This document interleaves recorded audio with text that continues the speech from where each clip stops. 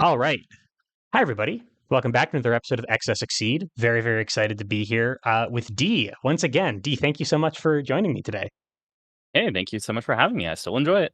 Of Glad to course, do of course. He hasn't gotten sick of me yet, folks. it. Um, And Gear has not died from my puns yet either. no, despite your best efforts to kill me. Today, I have the very, very great pleasure to be learning all about uh, Guilty Gear's iconic rock and roll witch. Extremely, extremely excited to learn about this character. Um, so before we get started, as always, couple quick disclaimers. Number one, we are playing to win. We talk about playing to win on this show, and that's not the only way you can play Exceed. If you would rather just throw down some cards and have fun with your friends rather than, worrying about the tournament meta, that is completely okay, and that's how you should play if that's how you find it fun to play. If the lines of play that we're describing in this episode aren't fun to you, please play that way instead. This is not a prescriptive way to play Exceed.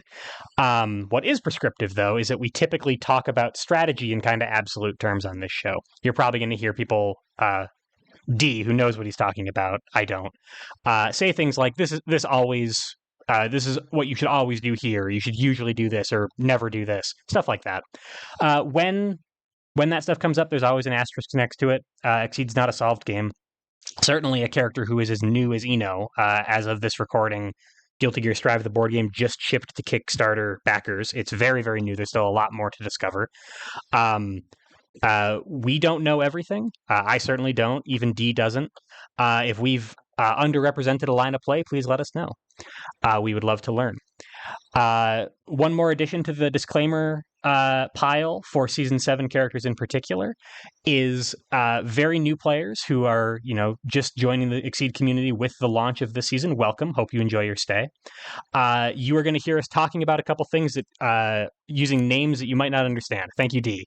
Uh, these two normals, for example, Dust and Slash, we might slip up and call them Spike and Assault because we're old and that's how we learned them. Mhm. Likewise, you may have heard me just say season 7. What I meant was Guilty Gear Strive, the board game. There's other seasons of Exceed. You might get into them as you explore the game. But with all that said, all disclaimers aside, D, please tell me about Eno. Gladly. Yes. In particular, I want to emphasize that middle disclaimer because I have seen three very different play styles. I'm going to share mine. That's the reason I'm here, and I'll talk a little bit about what kind of variants I've seen. Um, but I I'm very curious to see how this character gets developed because I've already seen significant divergence in a character who does not look like she would be all that different among players. Because she looks like she is recklessly aggressive and not good at much else. Yeah. Well, she is good at a reckless aggression. As her ability says, one force, advance two, and strike. So you can pay one force to advance two, which is already, efficient. It's slightly better than paying two force to move two, which is what you would normally do. Getting out of the corner is significantly better. And then you get to strike afterward. Um, well, if you didn't want to strike, then that's not a very good ability. The good news is you do want to strike. You want to strike a lot. Right. And this advance 2 means that you should be able to be in range to hit with something basically all the time. I was debating whether I wanted to kind of lead up to this, but I'll break it up. I'll break it out right now. My Eno is a wild swinger. Okay. Your Eno might not be. But if we look very briefly at the cards, we will see a printed range of 2 to 4, a printed range of 2 to 3, a printed range of 1 with before close 2, a printed range of 1 to 2 with before advance 3, a printed range of 1 to 2 with before advance 1, printed range of 2 to 3, printed range of 1 to 3.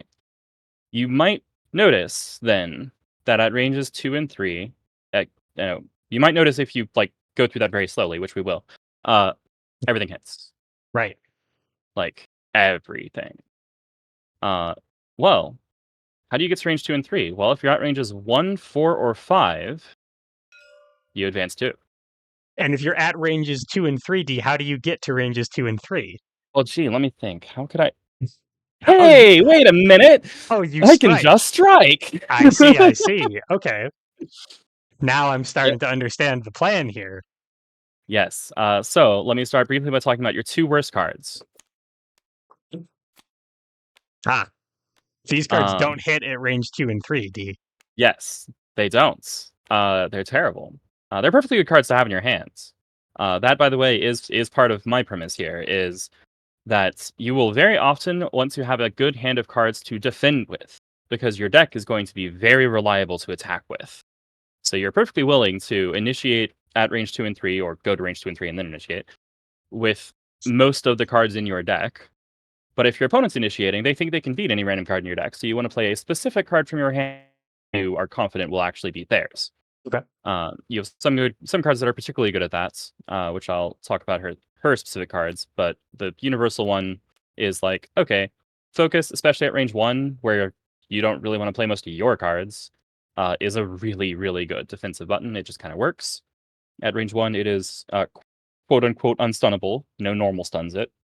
Certainly, there's plenty of character specific cards that stun it, but that's life. Like, people have their own nonsense. In fact, you have a card that stuns focus at range 1. Um, but we'll come back to that. Anyway, but yes, every other normal hits at range of, well, every other normal hits either at range 2 or range 3. Cross doesn't hit at 3, but it evades. Dive doesn't hit at 2, but it evades as long as it's fast. And then you've got the sweep dust slash mix up, which is part of it. It basically exceeds core mix up. You've got a slow counterattack, you've got a fast poke, and you've got kind of a middle speed. Well, mid speed. We don't have a different word for that. Right. And that those all work at range 3. So at range 3, you're enforcing the core mix up of Exceed, like the center of Exceed's gameplay. And then With you a also whole have some other stuff. with a whole bunch of other stuff on top of that core mix-up that Yep, can help obfuscate what you're doing. Because especially if you're wild swinging, what better? Like even you don't know what you're doing. You just know that it's probably going to work. exactly. And let's talk about how your options play specifically into this mix up thing. So we'll start with Chemical Love because it stands out as being speed 6, which at range 3 means it is above curve. It's above the speed curve. That means it's faster than the fastest normal that can hit at range 3, which is Slash. Right. It also hits at range 4, where it's, as you might expect, even faster than the fastest normal that hits at range 4, which is Dive. Right. Right. So at ranges 3 and 4, this is actually a very solid card to play on defense if you anticipate the opponents doing something that is of a reasonable speed, because you have something that is of an unreasonable speed. Okay. So Um, so when you were just talking about here are some great options to defend with, if I'm at the correct ranges for them, Chemical Love might be one of them. Yeah, exactly. Like, the trade-off is it's not very rewarding. It is 2 power. It draws a card, so that's kind of nice. But like, if your opponent plays something with guard on it, I mean, just even EX EX dive, right? You're not actually going to stun them. So at range 4, Right. you're going to trade down against EX dive because you don't. Nope. May have lost you, D, for just a second there. D, can you hear Oh, me? sorry. Yes. That was probably my internet. Um, But yeah, so at range 4 against EX Dive, this doesn't actually stun, it doesn't actually evade. It's not really good against most EXs because it only has 2 power, Right. and that's not very much. It will get guarded through by every EX in the planet. And also that Um, that that pull one effect, if you're playing it at range, might actually kind of shoot you in the foot a little bit, right? Because if you pulled their sweep into range or something like that, yes. you're Yeah, trading down pretty significantly. exactly. The way people deal with this threat is generally by baiting it, by saying, "Okay, I'll initiate with this thing that is not at all fast." So a range 2 or 3 or even sometimes 4 sweep or dust, which have plenty of guard and enough power to significantly trade back. Right. Um, so that means you are playing a very light hitting poke, and they are playing a counterattack, and that means that you lose the strike. But if they're trying to play a thing that's fast and you outspeed them, they are super sad. So that is the main defensive use case of Chemical Love. This is what I call what an exceed is generally termed a reversal. That's a unofficial term or an informal term. It's not in the rulebook or anything. It's not in any cards. But what it means is that you can defend with it, and you'll probably hit. Like, you'll probably go faster because it's much faster than most things that most players can play at those ranges. So it's pretty reliable at that. It still can be beta by counterattacks. It's not perfect, but it's pretty useful. Um, yeah, but having one of those means that you often want to retain it, or at least retain a copy of it, so that the opponent has to respect the threat of it. If your opponent feels like they can initiate into you safely at any point in time, you'll suffer. That's true of every character. It is especially true of characters with very strong offense. You are a character with very strong, flexible, reliable offense and not particularly impressive defense. So you Right. want them to know that you have good defensive tools and be afraid of running into them. Because if they run into your defensive tools and lose horribly, then you'll crush them with the rest of your offensive tools. Does Uh, e so does e does Eno get anything in particular other than I guess dealing winning speed ties with an above curve option against your opponent's above curve option? Does Eno get anything in particular out of initiating with Chemical Love, or is it pretty strictly reserved as a defensive tool? I almost exclusively reserve it for a defensive tool unless I need to win a speed tie. Okay, Um, if it's my turn and I have this card and I don't expect I'm going to need to play it on defense, then I'll play the boost on it. I'll talk about her boost game at length, but I'll probably talk about it as we go, actually. So sure, here's sure. one. This is an unbelievably good boost. Move 2, draw 2, then you can spin a gauge to take another action, which is what that little symbol in the corner there means. Cancel. Yep. That's the mechanic of the set for those who might not be familiar. Any boost with this icon after you play it, you can spin a gauge to take another action. So move 2, draw 2 is actually just a good boost by itself. There are force boosts that are about that good or slightly better, and this is a 0 force boost. It's free. Yeah. Um, and after you draw those 2 cards, you can then decide if you want to spin gauge to take another action, or you can end your turn. So you're not committing to that yet. Um, that's awesome. I mean, that is I'm going to fix my positioning no matter what, and also I have resources now. Um, and a lot of like many wild swingers, you will live and die by your resources fairly often. This is an incredibly useful boost. Okay. And so when I've got this in my hand, uh, and I don't have any plans to defend with it anytime soon, odds are I'm boosting it. But if I'm boosting my second copy of it, I recognize that I'm kind of taking my life into my hands a little bit here because I'm losing out on the threat of this Right. defensive If you're option. Yeah, if you're boosting your second copy, it means that you're planning on reshuffling very soon. Okay. Like you don't go through your deck so fast that you're like guaranteed to hit your reshuffle before the game is over. Your damage is not amazing, but it's not bad. But mostly it's that you don't draw that many cards that effectively. You compensate for this by initiating from your deck, so you don't have to spend cards on offense. But you'll still need cards sometimes, especially for this. This is a force cost, so Right. Right. well, you want to pay that from hand. You'll pay it from gauge if you have to, but you would prefer to pay that from hand.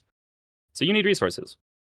But yeah, if the second copy of this hits your discard pile, then you'll probably look at when you're going to take the reshuffle action. And there's a few cards that make up this dynamic, but I'll talk about them in a minute. Okay.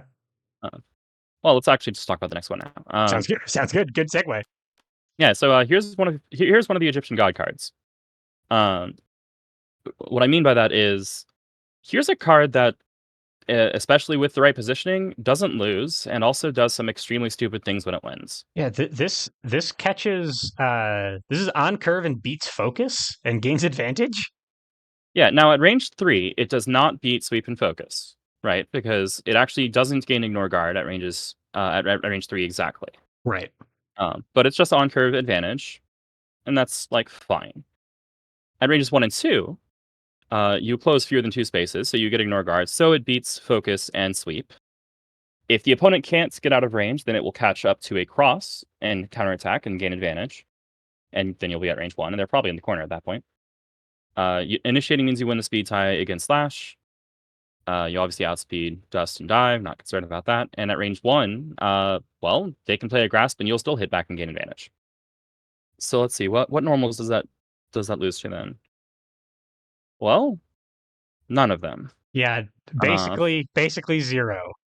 if you initiate, and with some assumptions about how the board is configured, depending on exactly your positioning, it doesn't lose to anything, and if it does lose to anything, it probably loses to only one thing. That's mostly true at range if you're starting from range 1. Right. It's perfectly acceptable to start from range 2 very often. At range 3, this is like okay, but it's not awesome because at Right. range 3 it's just a poke. It's just like Slash but with less damage. A little bit of guard, but that often isn't going to matter if you're initiating because you're on curve. Right. And just to clarify, Eno's character ability is not in strike movement. It's not a before advance 2 and then you strike, which means that you couldn't kind of cheat this card into its position while still being on curve by advancing 2 and then and then striking because that's happening before the strike even occurs, right? Right. So yeah. So if you are standing, let me Yeah, just let's move stuff. I'll get yeah. our dummy here. So if you're here and you use your ability, that means that you are in fact initiating at range 1 because you pay a force to advance 2, and now the strike is happening. Right. Let me do that. And that matters because your opponent would then say, okay, then I grasp you or whatever. And Exactly. that's what the speed curve is. It's not 3 anymore because you moved before the strike started. Yes, you moved before the strike happened at all, which means that you can't be thinking of like, oh, they can't play a fast thing to poke me because I'm gonna jump in. Well, no, you're jumping in before Right. either of you have played an attack. And It is yeah. Mm, for this card in particular, if you closed fewer than 2 spaces, that doesn't count your character ability. You don't have the ability to mhm. say, all right, well, I advanced 2 and then closed 2 uh, all within the same strike. That doesn't happen. Yeah, generally speaking, things that well, not even generally speaking, things that care about uh time like interactions other than themselves that are if you did whatever or if you did fewer than this or if you did more than that are going to state it explicitly. Right. Um I will well we're not going to switch to this card entirely, but you can see if you initiated after moving 2 or more spaces. Well Ah, it's pretty that's clear. that specifically interacts with her character ability, and this specifically doesn't. Right. Okay. So this one is a if you close fewer than 2 spaces using this before close 2 effect. It's Right. part of the same effect. It's only checking for itself. It doesn't care about anything else. So what you're saying is I'm gonna have to content myself when playing this card to merely beat all the normals in the game. Yes. Okay. Well, Um, listen, I guess I can be convinced. That seems yeah, all like right. That seems it's okay. fine. Yeah, that's fine, I Yeah, guess. it's fine. Um, it now this means that like so it's amazing on offense, right? It's unbelievable, but it does still have niche use on defense. It's just riskier, right? So on defense, this is a thing that you can use to stuff anything slower than itself, because it's still at range 1. Sorry, ignores guard, Right. and that's still gonna beat focus. It got enough power for it. Still gonna beat sweep. But your opponent can now initiate with their own slash, win the speed tie, and stun it because it doesn't have 4 guard. It only has 3. Right. So be a little wary of using it on defense, but if you need to not die to a sweep, hey, you've got a button that says I don't die to sweep. Nice to have that button. Not everybody gets that.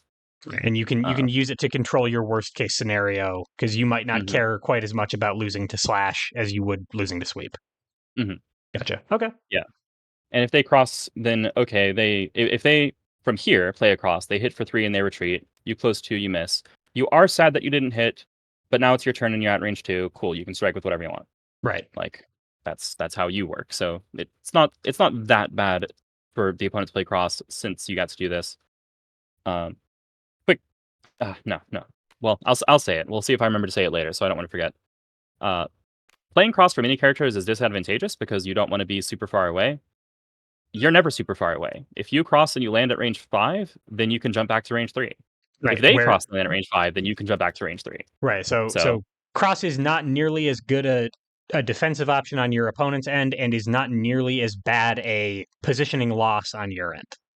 right. Like you will Gotcha. still often be using area shift, so I'll come back to that later. But in general, playing cross is fine for you, and it's actually fine for the opponents to do it. Though you will still have to pay a resource to catch up, and that might be a problem. Right. All right, I'm gonna come back to that boost. That's not what we're doing right now.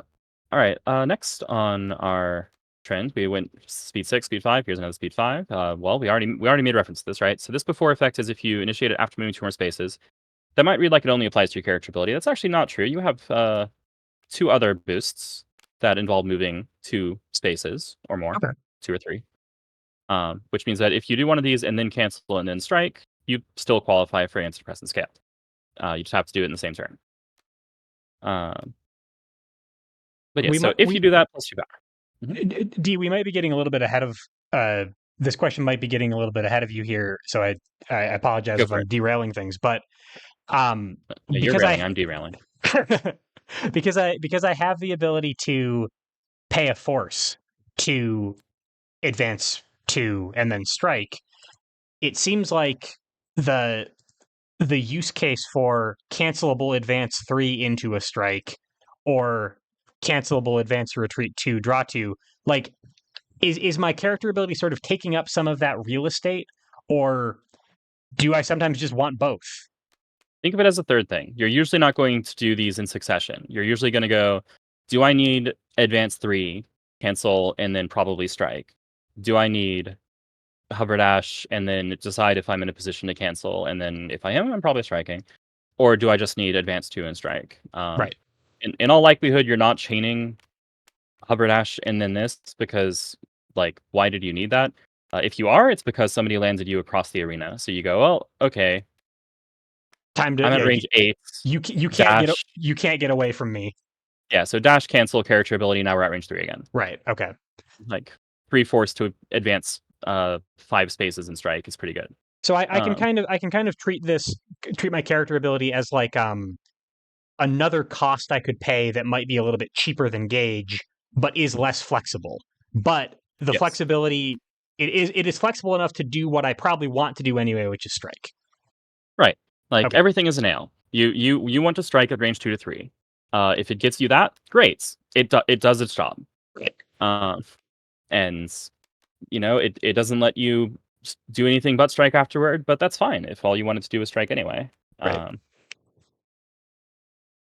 Alright, so yeah, so antidepressant scale, the benefit for using this is +2 power, and that's pretty significant. That turns us from 3 power to 5 power.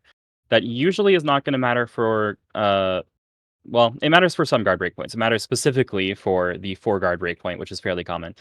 It's ironically kind of demonstrated on the card itself, which is you've got a +4 guard boost and a +4 guard boost, so you can see how +4 guard is not an uncommon guard value, Sure.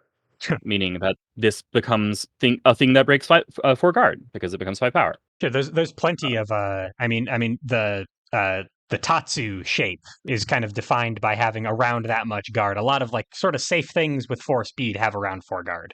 yep, and there are things that might have 3 that you also need power to break, such as, this one over here. Sure, sure. Um, so, yeah, so, like, that power does matter. It's gonna matter for a different reason, which I'll cover after I've talked about all the cards, but, uh, it matters for some breakpoints. There are others where it doesn't, where you go, "Okay, well, if at range 2 I have 5, 6 power, I'm still not breaking focus, I'm still not breaking sweep, and I'm still not evading sweep," although you actually will evade focus. Right. Um, but at range 3, this shines in a very silly way. So at range 3, the hit effect on this, retreat 1 gain advantage, means that you will retreat to range 4. So you have an on curve, because it's the same speed as slash, attack, which deals 3 or maybe 5 damage, ideally 5, but who knows? If you just started at this, you can just play it. And puts you at range 4, where sweep doesn't hit and dust doesn't hit. So you've outsped everything and you've evaded everything. So once again, what normals does this lose to? Yeah, not many. So so No and non-EXs. so I'm over here on my turn. I use or over here on my turn rather, I use one of my various ways to close two or three actually. Close however much I need to get this before effect. Land at range 3 exactly. Hit with this for 5, which is not a small amount of damage. Back up and dodge their counterattack. Yes. And since you have advantage, it's your turn again. Pay a force to go to range 2 and strike again. And strike again. Yeah. Okay. So that's crazy. All right. So Yep. this being a a you describing this as a wild swing character, as a wild swing character, if I have this in my hand and I'm at range 5, that sounds like something that I would love to do irrespective Yeah. of whether or not I'm wild swing or not. That's a great Yeah. play. Yeah, So so absolutely. So if you get the chance to do that, you do that. Like, it's probably free. In okay. the same way that Stroke the Big Tree from range 1 is something that you'll play from hands. You're probably not wild swinging at range 1 unless you need to. So this becomes amazing in the situations where it's not that great as a wild swing. This becomes a thing that works as a wild swing and is, like, if you're in that board state, awesome from hand. Right. Okay. So, and this is in reference to another lesson that D and I have done together. So this may not mean as much to other people as it does to me, but there was a similar concept in Potemkin's guide, where you were talking about how like his wild swings at range 1 are great, but the more you're investing in a strike, the more you have like the perfect setup, the more you want that to be from hand, because you Mhm. are uh if You wanna make sure you get value out of it. if something is reliant on a very specific position that you need to control, that's kind of one of the things that your hand can be for, even if you're wild swinging. Is that about right? Yeah. Yeah. Okay. So with Eno, it's kind of like you can very reliably get to range 2 and 3 in Wild Swing. And even though not all of these are going to work, your opponent's often going to be able to do something to catch you out, or do something on their turn to make it harder for you to do this. Uh, Often enough, you'll be able to do it, and most of the time that you do it, it's going to work out well for you. Right. But when you have the option to do something that you know will work, then there's no reason not to do that. By all means, feel free. Right. And And as it's I'm very yeah. as I'm wild swinging, I'm maintaining more options in my hand, and because I have cancelable boosts and various ways to set this up, I'm giving myself more opportunities to set up things that will definitely work. Mhm. Okay. I think I get you then. Yeah, with the caveat that your hand will still tend to drain, because with the board jumping around, you're often going to end up putting yourself out of position with your own attacks and then needing to use your ability, which means you'll Right. have to pay a force. Okay. And And so your hand will tend to drain slowly. that force could have come from striking if I was in range. It's kind of like a net resource loss either way. Mhm, right, Okay. because if you're striking from hand to this range, then you're losing a card from hand, you're not drawing it into turn, that's striking tends to be resource negative. Yep. Yep. Uh, but if you're out of position, you pay a card from hand, you wild swing, well, you still lost a card from A hand. card, sure, from Uh, the force. So one of the reasons that wild swinging seems beneficial to Eno then is that otherwise she's spending a lot more resources than just one from hand to strike. exactly, yep. Okay. So Yeah, so you it pay a it, force, you it advance 2, you strike from hand, you I'll put it this way, right? On your turn, you could prepare. You just draw 2 cards. That's your turn. right. If you do this, you have discarded 2 cards and Right. drawn 0. Right. Yeah. So you're Big inverting. big resource swing. So we can think of wild swinging as a way to kind of subsidize the cost of an otherwise very expensive character. Mhm, Okay, I exactly. get you. I get you. I get you. Yeah, you unlike a grappler, unlike most grapplers, I'd say, who will often need to it's and pay big resource costs, you're gonna have a lot of little resource costs. Like I showed earlier, right? Even at this range, you're not somebody who goes, "Well, I have to discard my entire hands just to be where I can play." You're gonna go, "Well, okay, like for a force from hand at this boost, and then a gauge to cancel, and then a force from hands. That's only 3 force. That's less than most people would play. But in return, many are the turns on which you're going to want to be going, "Oh, my opponent's in my face. I need to jump out. My opponent has me cornered. I need to jump out."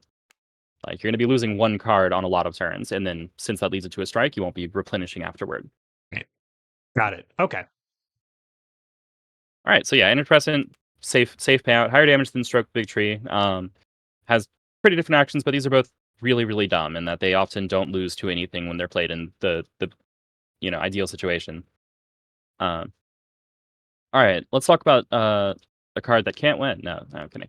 Um, it's so a friend of mine who mains, has is superstitious. He's convinced that this card can't win a strike. This is because if this card hits, it wins a strike. And I therefore, when I'm playing against Dino, try never to let this card hit. Yeah, so you play Um, around it, of course. Nope. I I may have dropped for a moment. lost you again, D. Yeah, sorry. I'm believing back now. All right, so yeah, this is a card that if you as you know want to lands, but don't invest too hard in it because the opponent's going to be trying really hard not to let it land. Let's look at why.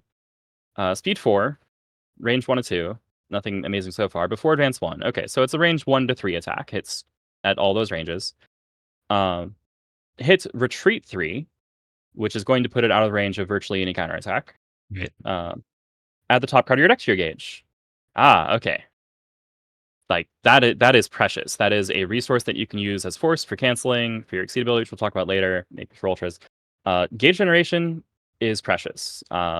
It is a massive force or I probably shouldn't use that phrase because force is a term in this game. Force is Anyway, its own term. it's not a force multiplier. It's a It's massive effect multiplier. yes, there you go. It lets you do very silly things. Is my point. It's very powerful. Like you're a strife character. You can spend meter to become absolutely stupid, insanely strong, etc. Lots of ways to do it. And as you know, you just have a way to spend force all the time that you're going to be using fairly often. Right. So gauge is good. It's also 5 power, and also, like I said, if it hits, it probably wins the strike because it's going to evade most counterattacks. It puts you at range 4 or 5, where again you are positioned to follow up on your next turn Right. by paying a force.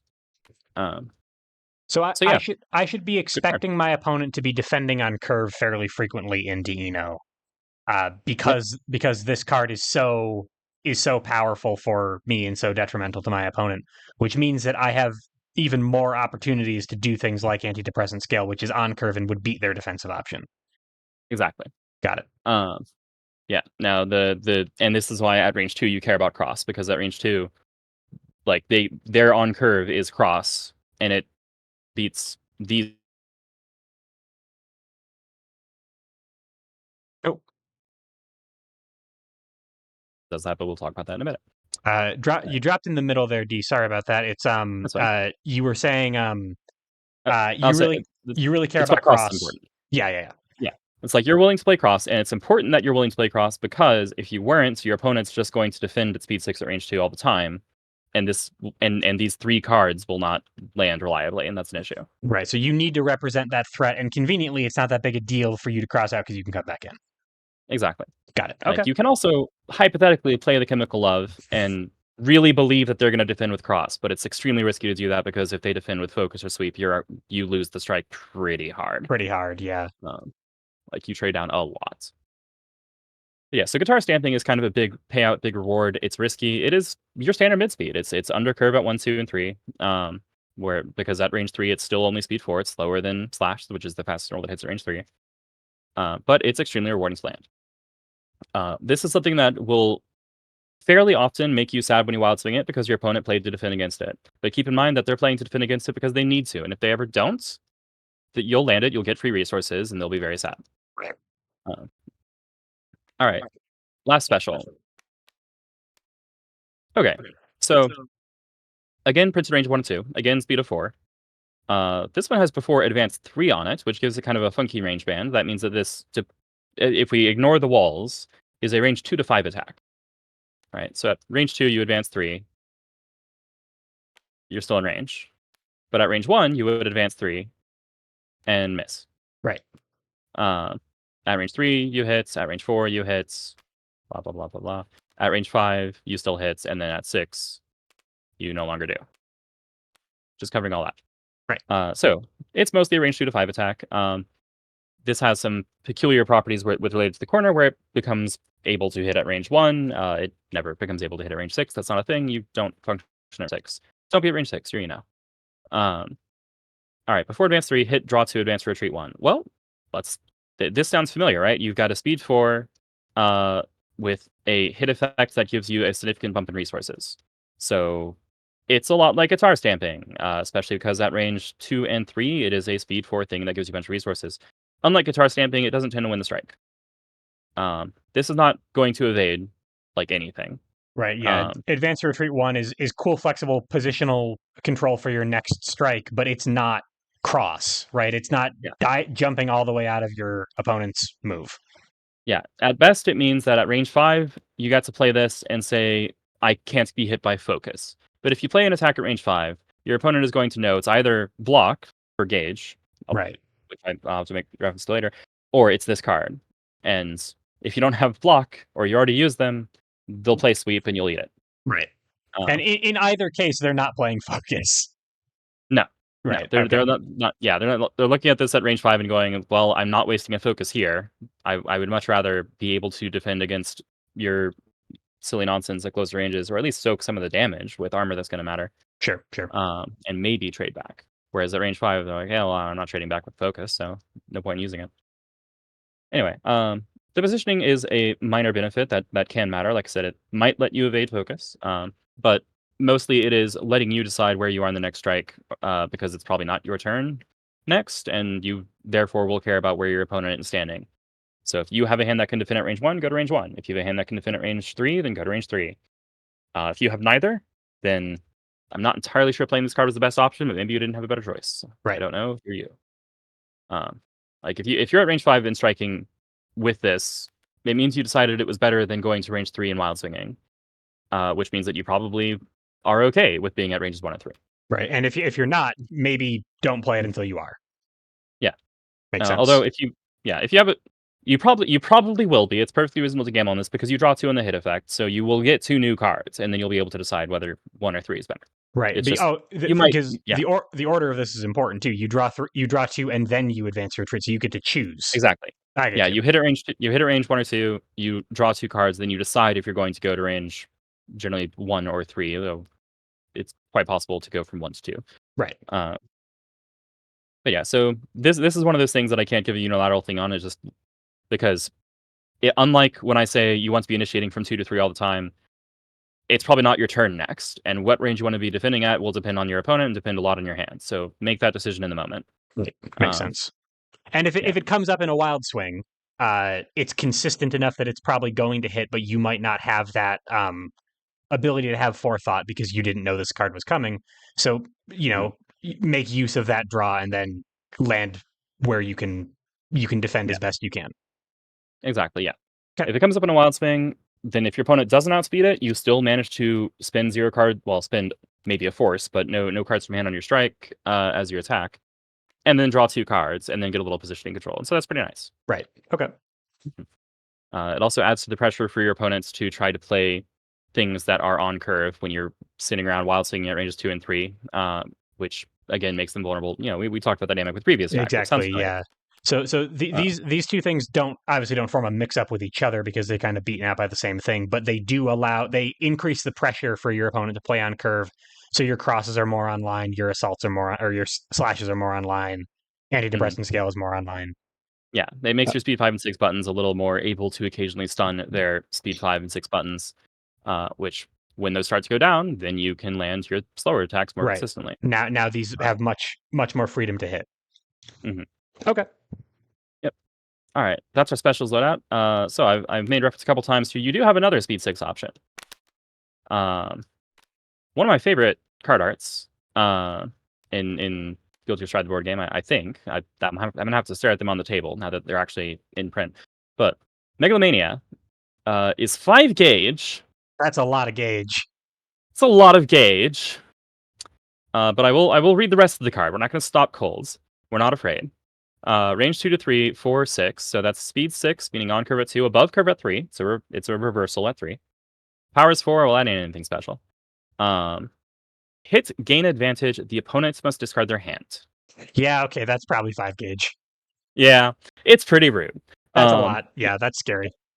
yep. Now, if your opponent is consistently responding to your attacks and defending against your tactics and strategies such that they only have 2 or 3 cards in hand at a given time, the value of this is really low. Um, but if they have like 5 to 7 cards in hands, that gets silly Right. because you completely nuke their resources. You waste whatever time they spent building up that hands, and also you have advantage, which means they're responding to your next attack with Wild Swing. Because if you're hitting at range 2 and 3 and you gain advantage, then unless they steal it back somehow, which is possible but not super common, now it's your turn and you're at range 2 and 3 and they have literally no cards in They have hands. nothing, so they're in their weakest possible state to defend. Hmm. Okay. And And you're in a great position to offend. and and if they're already at low cards in hand because you've been aggressing into them consistently and they've been responding, you just don't need it because Yeah. the state that you would be putting them in with this card is kind of where they're already at. Yeah, it's like, well, okay, well, it is an advantage tool. That's nice. Okay, but instead of paying 5 gauge, have you considered? Zero gauge. Zero gauge and wind the strike. That sounds pretty good Yes, too. yes. Megalomania does trade down against Sweep, at least in terms of damage. Right. It even trades down against Dust, actually. Like it doesn't stun Dust. That 4 power is significant. So yeah, maybe don't spend 5 gauge if you don't need to. But if Right. they have a big hand and you can guarantee that they completely lose it, that's pretty awesome for you. So, Uh, D, mhm. how practical is a 5 gauge? Obviously, it's expensive, but Eno seems like the kind of character, at least reading this so far. She's got a dedicated gauge generation tool. She's got a couple of them in her normal boost as well. She's not hitting super hard. I can see a circumstance where she's actually able to build up a pretty big overage of gauge, and 5 of it could go to Megalomania. Um, is that practical for Eno, or is her gauge kind of needed elsewhere most of the time? I'm gonna postpone my answer to that because Gotcha. the way spins gauge is very much yeah, that we'll talk about that once we've gone through the cards. Awesome. I will say, Cool. generally speaking, you're not looking at this as your win con as why you're playing the character. Well, maybe I am, but you shouldn't look at Megalomania as the reason you play the character. Okay. Um, this is a thing that is strong for what it does, but most games you won't play it. Whether or not you can afford it, most games you won't play it. Okay. Uh, it is a it is a threat that can matter, but it's not often going to be a thing that it's practical for you to shoot for. Got it. All Makes sense. right. Conversely, though, this is a great attack to have in your pocket. Um, this is only 3 gauge, and it has 6 printed armor, although it does lose all armor as an after trigger. Right. So this doesn't really perform any better against sweep, or for that matter, focus, or certainly dust. Um, but against anything faster than that, such as your opponent defending on curve, which you might remember we are telling them they probably should do, Right. um, you'll take no damage and they'll take 4. That's pretty useful. This is also kind of your pocket answer to the opponent having some sort of bonus speed, because you don't really like your opponent having bonuses. I mean, nobody does, right? But in particular, if what you want to do in your turn is strike, maybe move and strike, you're not looking at putting stats in play passing turn. If they put stats in play past turn, you go, well, now I have to strike into bonus stats. That's kind of annoying. This attack is really good at striking into bonus stats, because you go to range 1, and if they have badass in play, that's the name of this boost. Okay, then unless they play the other copy of sweep, you're getting off fine. Like their EX grasp doesn't scare you. Their EX slash doesn't scare you. Their EX Right. cross doesn't scare you. You might not hit them if they play something like the EX cross, or if they play that's all I can think of at range 1 anyway. But okay, you took no damage, you negated their thing. It's not obviously the outcome you want, but this is also useful if they have some sort of significant surplus of things where you go, oh, my opponent ended up with, oh, actually, here's Rio. My opponent ended up with +2 power, +2 speed in 1 turn. How did that happen? Yeah, that's Uh, crazy. yeah, who can do that? Nobody in Um, season 7. y- uh, y- Not without a lot of Yeah. resources going into it. Yeah. Um, Numbers looked different back in the day. yeah, there's some things happening there. I mean, like, actually, it's funny you say, right? Because you can have +2 power, +2 speed in 1 turn. It's just expensive. Right. Um, but we'll come back to that. We're looking Sure. at the card that does it, but we'll come Yeah, back no, to yeah, Requiem right there. I see it. Yeah. that. Anyway, so this is basically your diffusal tool. This is your like, oh, I'm getting wailed on by fast stuff at range, and I can't outspeed it because they've got all these stat bonuses. All right, I'm going to throw a bunch of armor at this. And it's expensive. It's an ultra from hand and 3 gauge, and you'll often not hit with it. You're hoping to usually play the situations where you're going to be trading at ranges 1 to 3, where you'll trade 0 for some amount, where you get hit, tank it through all the armor, hit back for a pretty mediocre amount of damage. Right. Um, like that's the expected case. It's also fine to use as in a pinch when you just need to survive and something horrifying is looming over your head. Yeah, Like six armor stat is bonuses six or armor is a whatever. lot. Even with that EX sweep that you talked about, yeah, it would break it. But taking 1 damage from EX sweep when you don't have very much life is might be worth the 3 gauge. Exactly. Okay. Yeah. So by the time, like, it won't probably take all that long for you to get 3 gauge, but by the time you really need this card, you will probably be able to afford it, because you'll be toward the end of the game. You'll be going, man, I can't afford to just eat, slash into grasp. Well, this will pick one of those turns, and this will answer it, because Right. you don't take any damage, and maybe you needed four extra life. Like, cool, you got it. Gotcha. Okay. Um, so I consider this a very useful, stable defensive thing to have. Um, because I consider your character to be a wild swinger, it's also, well, I'll have to explain wild swing tech in a minute. Actually, we might as well go to that now. Sure. Yeah. This All is right. this is our last attack. Yeah, so here's a rules interaction that folks may not be familiar with, that I want to try to explain as clearly as possible. If you set your attack as a wild swing, right, and you reveal it and it has a cost, in that case, you can choose not to pay the cost, even if you could afford it. Like, even if this is actually my gauge, right? Um, you can say, well, this is a wild swing. I'm not actually committing to this. I'm going to invalidate it. So I discard it and I replace it with the next card. If it doesn't have a cost, you don't have the choice. So most of the time, you wild swing, you're stuck with what you get. That's the Right. way it is. That's why it's great for you to have a kit that hits at the same range, because that means you don't mind what you get. It probably all works. However, Exceed is not going to tell you, oh, you decided to wild swing. Sorry, burn 5 gauge and lose. Um, you have the option of saying, I'm not going to do that. You can skip it and keep going. Okay. Um, this can happen multiple times, so that you can end up in situations where you go, well, let's see. No. Oh, actually, yes, or maybe no, Right. and keep going until you hit a card that either you decide you want to pay for or doesn't have a cost, which one you're stuck with it. The really important interaction with this that I think folks tend to find the least intuitive is that when this happens, let me grab. I don't think the deck is lying around here, is it? Let me get. Yeah, here we go. This isn't Rio, but it'll do. Is after both players have revealed. Yes. Then you just see what your opponent is doing and say, "Oh, this doesn't work. I'll do a different Mhm. card." Yeah. So actually, wow, what a good example I totally picked on purpose. So you initiate, as you know, whoops, they respond, you reveal both cards, and you go, "Oh, well, I guess I could play this against that crossed, but I'm paying attention to what I have in my deck. I'm paying attention to my discard pile.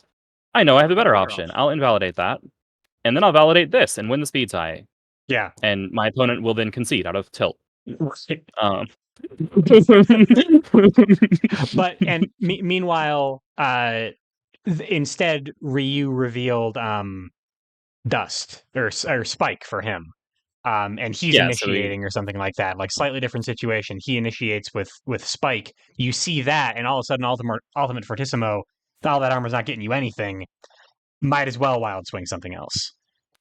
yeah, so he initiates, plays this, you respond, go, "Oh, well, I lose cleanly, skip that, do this," go, okay, well, it's better than my other card because, once again, I'm counting my cards, paying some attention to that. I know this card is also gonna lose because it loses speed tie." Sure, sure. Um, anyway, by the way, you don't need to be excellent at counting cards, you don't need to be doing that for this character because your ranges are so consistent. Just Okay. stick to range 2 to 3, like, you'll be fine. Um But, when you have a few cards left in deck and you go, "Wait a minute, I haven't seen any ultras," that then you start to understand how juicy this interaction can be. Right. Okay. Um, but yeah, so since I'm putting a strong emphasis on you initiating with wild swings, I wanted to explain exactly how wild swinging with an ultra works, because it matters. Like, if you flip an ultra and you can afford it, you can still say no if it was a wild swing. Right. And you do that after you see your opponent's attack, which is how you kind of slip out of tight situations that you otherwise would put yourself in.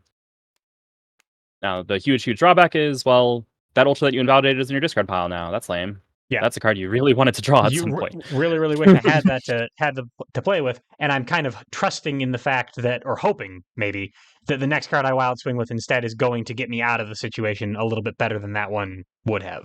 Yeah, yeah. You might well lose the strike just as cleanly. At least the card you lost with. What was the example we just did, right? You go, okay, It, well, I don't do either of these. I still lose, but you also didn't spend 3 or 5 but I gauge. didn't. But I didn't spend 3 or 5 gauge. Yeah. Gotcha. Okay. Uh, D, while we're on the topic of wild swing tech, do we also want to mention briefly? You started off this portion of the lecture talking about how grasp and block aren't super great cards for you, um, because they don't hit at your preferred wild swinging ranges. mhm. Do you want these cards in your hand, or do you at least like want them kept Yeah, track of? yeah, Okay. yeah. I mean, that's the thing, right? Is like, during Mulligan, your goal is to collect blocks and grasps, and to an extent, focuses, but mostly block and grasp. You go, okay, any cards in your hand that aren't block and grasp, throw them away. Draw fresh cards. Keep all your blocks and grasp because you want them in your hand. You don't want them in your deck because in your deck you can wild swing them, and you'll probably be very sad if that happens. Right. Um, and then from hand, you can put them to good use, either with their boosts or as force, or sometimes as attacks. That's allowed. That's fine. Um, but very often, I will say I just use them as force because it turns out, as you know, I'm going to be paying one force a lot. Yeah, and you might need those more often than you will need parry or let's rock Mhm. or grasp or Yeah, the block for thing, that matter. yeah, like, I love parry on most characters. I love parry in general. With it's kind of going, well, I could make you discard a thing that I don't want to deal with. Can you hover parry? Just make sure for Oh, folks know sure, what the text is. sure, Yeah. sure. So you name a card. The opponent discards a copy if they have it. If they don't have it, they reveal a hand that doesn't have it. You go, well, for most of the time, I like playing parry. I, as a player, like playing parry because I like to read my opponent's minds. But with I go, or instead of making you get rid of something, I can just pay force and strike, and then not care if you have it because, like, I will just keep rolling into your face, mashing buttons until eventually you collapse. Um, like, yeah, I will be in a position that's not the position I'm in now. I will be striking so often that you're never allowed to build anything up. There's not many things that I care about parrying enough to waste a turn not attacking. Okay. Is kind of my feeling on this.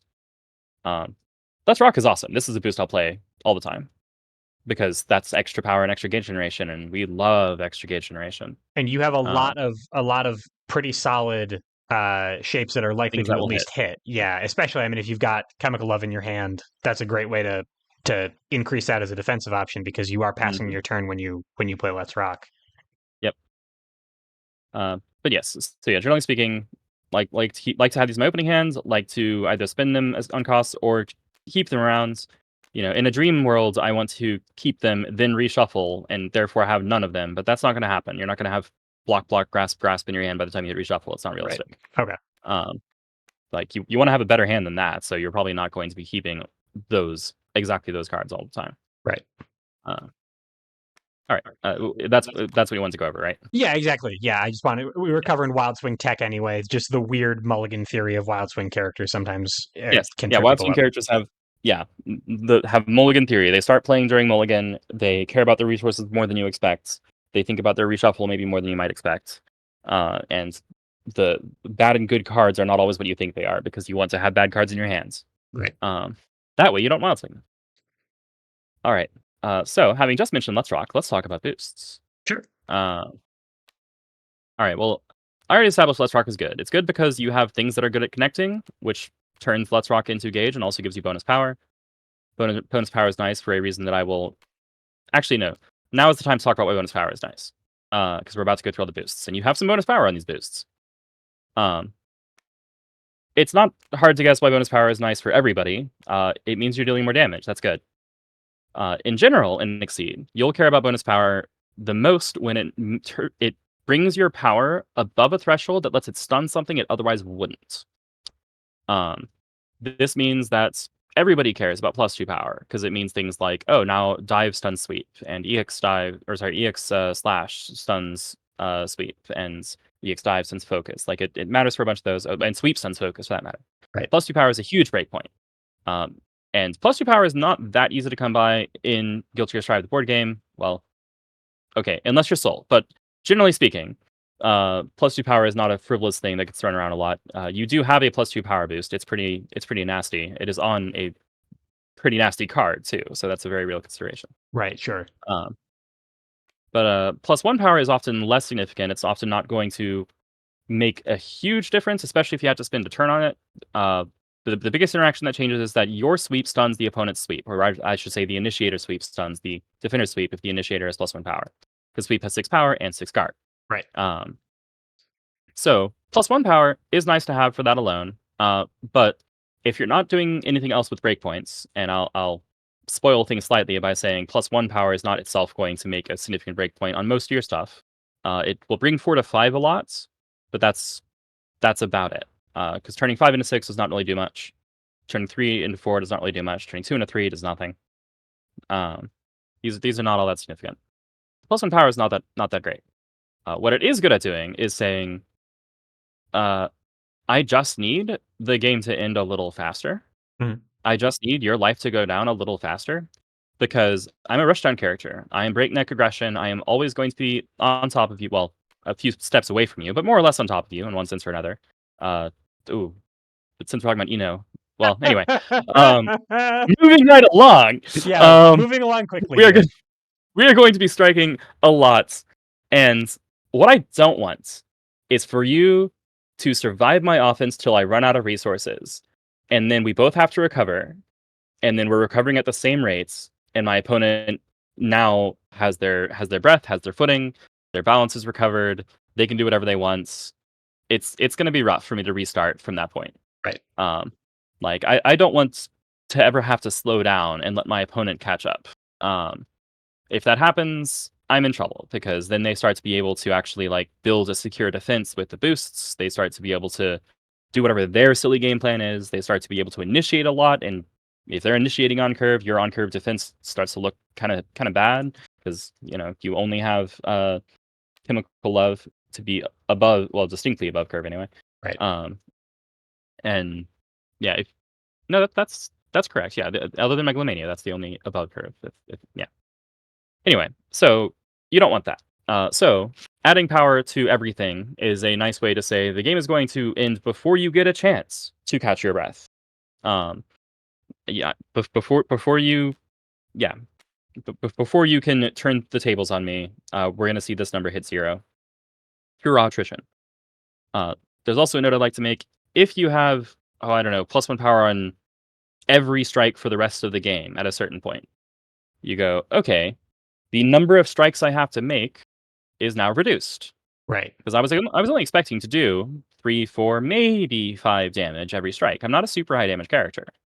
Adding 1 to all of those is going to buy me, a number of turns off the end of the game that I don't have to spend striking, which means fewer resources spent overall, but also means fewer chances for my opponents to recover from things.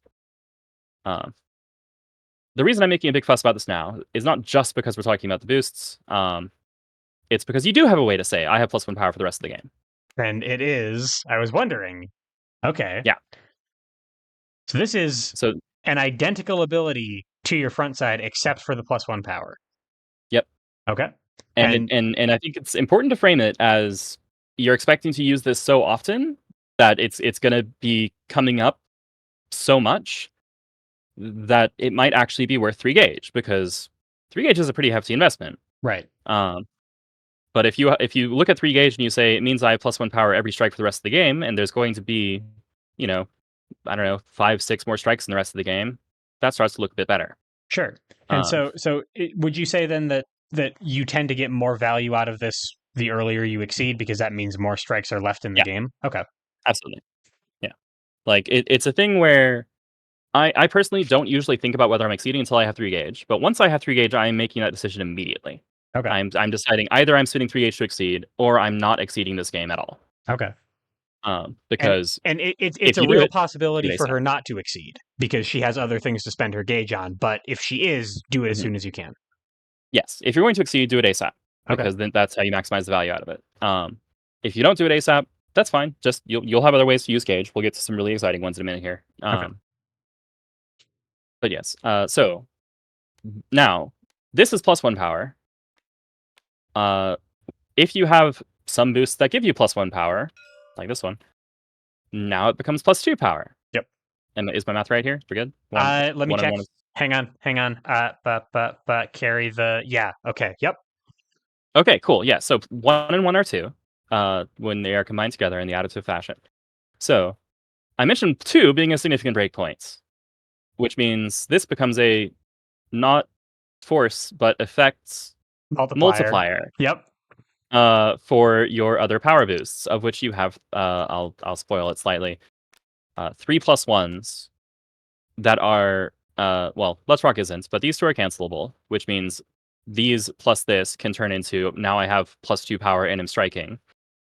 Which you certainly don't do as efficiently or as consistently as Soul, but you can make bank on just as much because Right. +2 power and up strike is really good. Yeah. Um, Also, this one refunds itself as far as the gauge cost goes. It adds itself to gauge afterward. And then Let's Rock builds gauge, although it is not cancelable.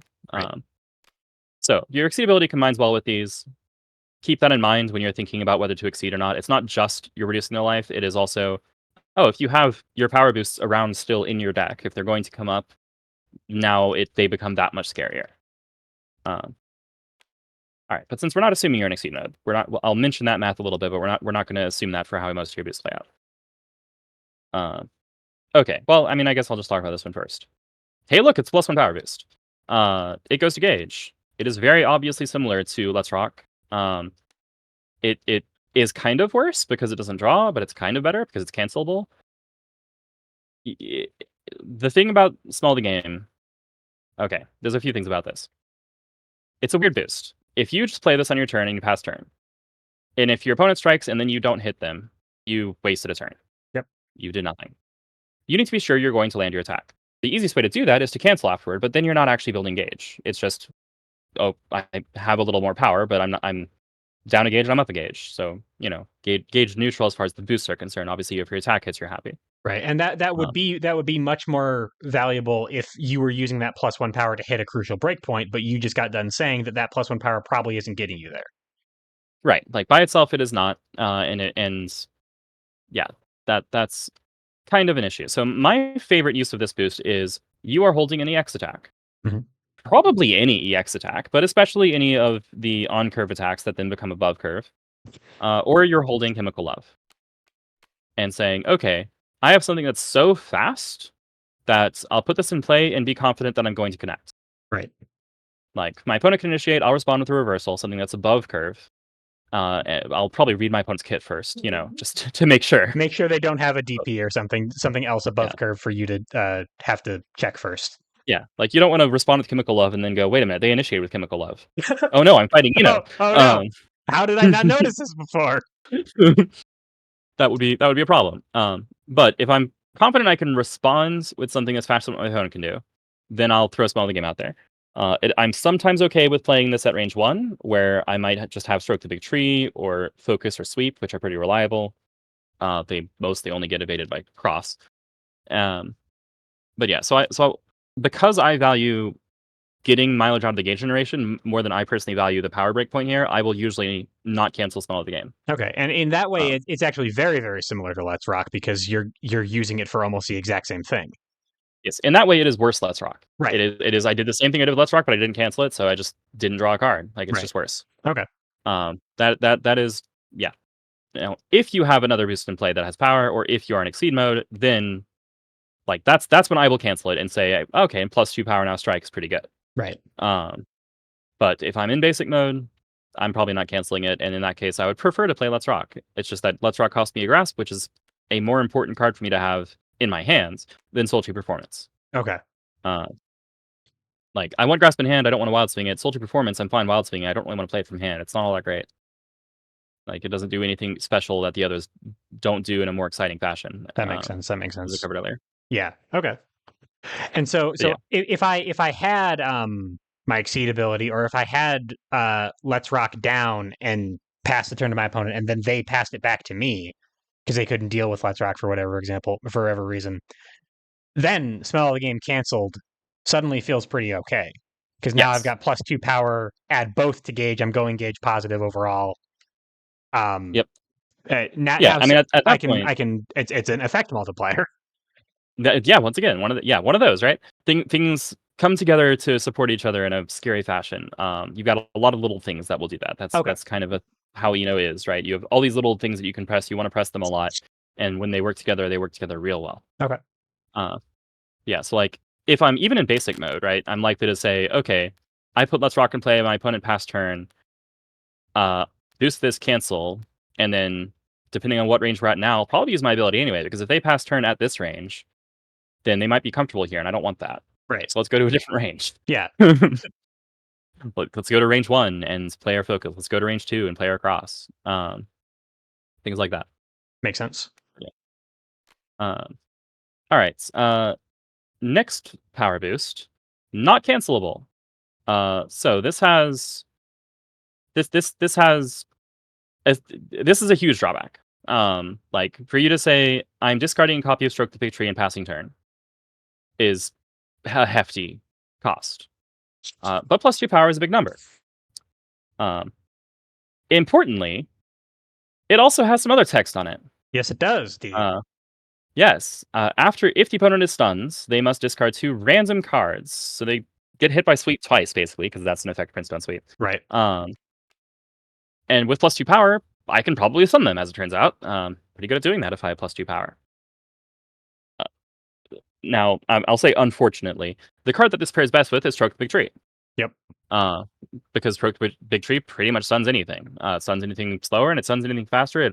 That doesn't stun it, because it has... Well, it doesn't stun anything slower at range 3, excuse me. At range 1 or range 2, it will work really well to stun most things. So yes, having Satanism in play is you betting hard. I mean, Let's Rock is a bet. Smell the Game is a bet. This is a heftier investment with a much higher risk, kind of to both players, really, because you losing your copy of Stroke of Victory is actually very, very significant. Right. But the opponent now has to deal with this text. Right. And Uh, your opponent will be doing everything they can to deal with this because this is like you said, Let's Rock is a bet. This is a bigger bet, and your opponent is way more incentivized to play against it than they would be against Let's Rock. exactly. Okay. Yeah. Like they most commonly are going to go, okay, I if you're starting at range 1, they'll strike with block. Like, you don't have range footing nor armor, you don't deserve it. Right. So in all likelihood, they'll just go, okay, I'm not letting that happen no matter what. So I'll lose the turn and a bunch of resources by having to spin force by playing my block, but I'm not going to risk getting stunned in this happening, because Right. getting destroyed by sadism is another way to make your opponents concede from tilt. It's nasty. If you're at range 2 or 3, they will probably try to initiate with something like cross if they can, where they go, well, I need to get out of dodge. Let's not get hit by anything. I need to outspeed Chemical Love so that I'm not getting caught by it. So I'll play cross and leave. Yep. And unless you're holding EX Cross, EX Chemical Love, or EX Megalomania, you're not catching them. They're leaving. So most of the time, unless their crosses are down or they don't have any comparable cards, you'll only be seeing this hit, like you'll only be playing this at range 1, and then you're expecting them to do something very conservative to just sort of weather the storm so they don't have to deal with this nonsense. Right. Uh, you're also free to just assume they won't do that and then punish them super hard if they don't. That's a each opponent's themselves thing, right? I'm assuming quote unquote optimal play, which means that there's always a mix up. Sure. Because if you assume your opponent does the optimal thing, then you do the thing that beats the optimal thing, and then it's not optimal anymore. Right. Of As it course. turns out. Yeah. Because Exceed is a game about Yeah, mix-ups. exactly. Is this boost more threatening than when you're in an already advantaged position? You've got you're holding Happy to the mention that. EX. You got him in the corner. Okay. Yep. So here's when this boost shines. Um. So I'm going to play Sadism and pass my turn after I cancel one of these boosts, Right. Okay. Sure. which say plus power and plus speed, albeit for different reasons. So we found a point where Eno is canceling into something or canceling from something and not striking. It's to make something else really, really scary. Right.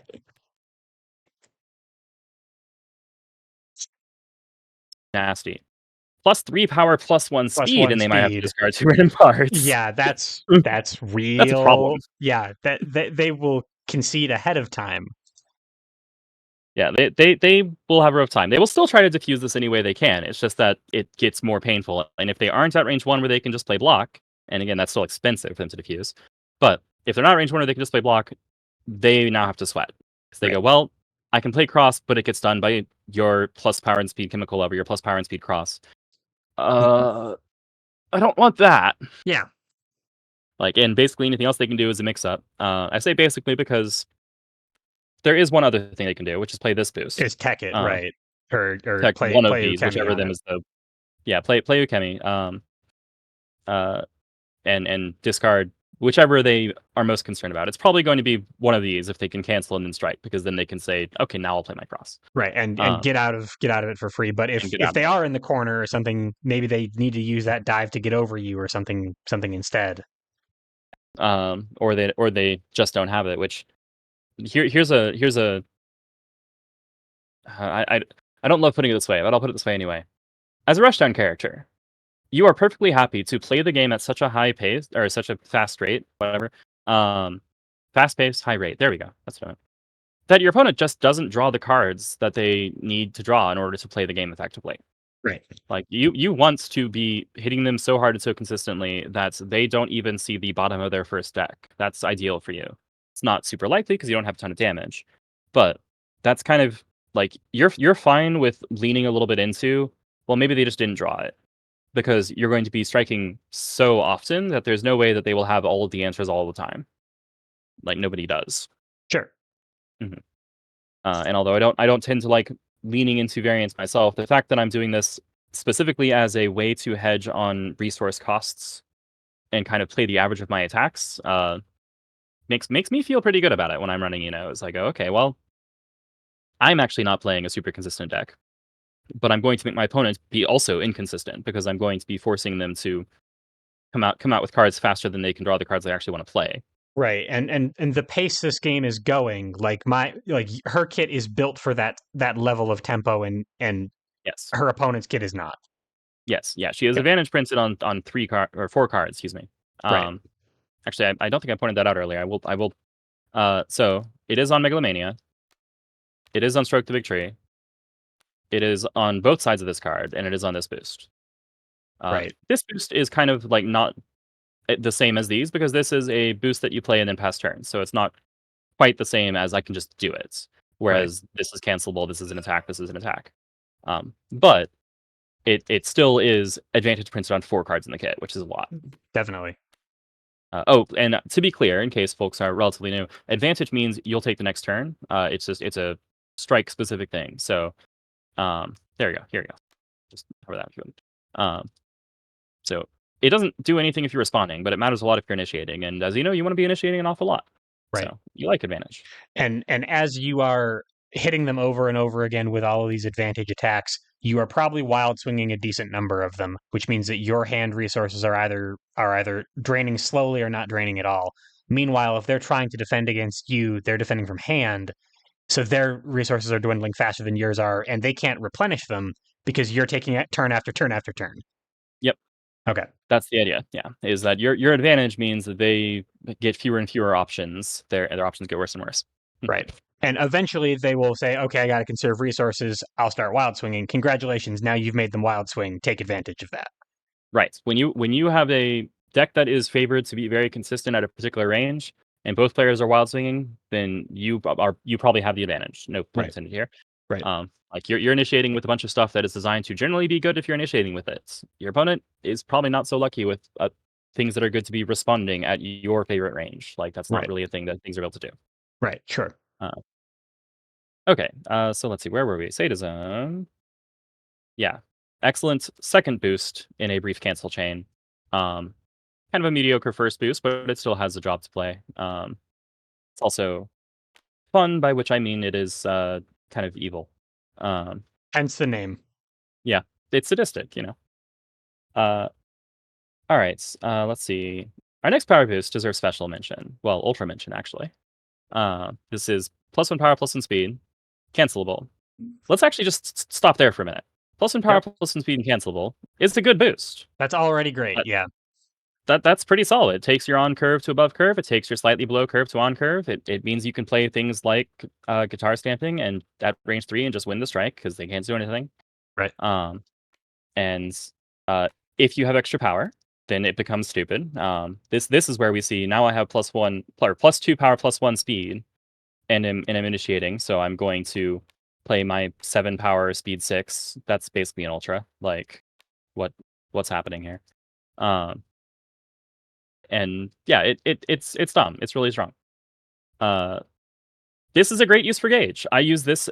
I just like boost this cancel is a very common way for me to spend 1 gauge. It's very useful. This is also secretly your exceed mode. Because if you have enough gauge to sustain this for multiple strikes, you are essentially paying out the cost of an exceed mode, if not more, depending on the character.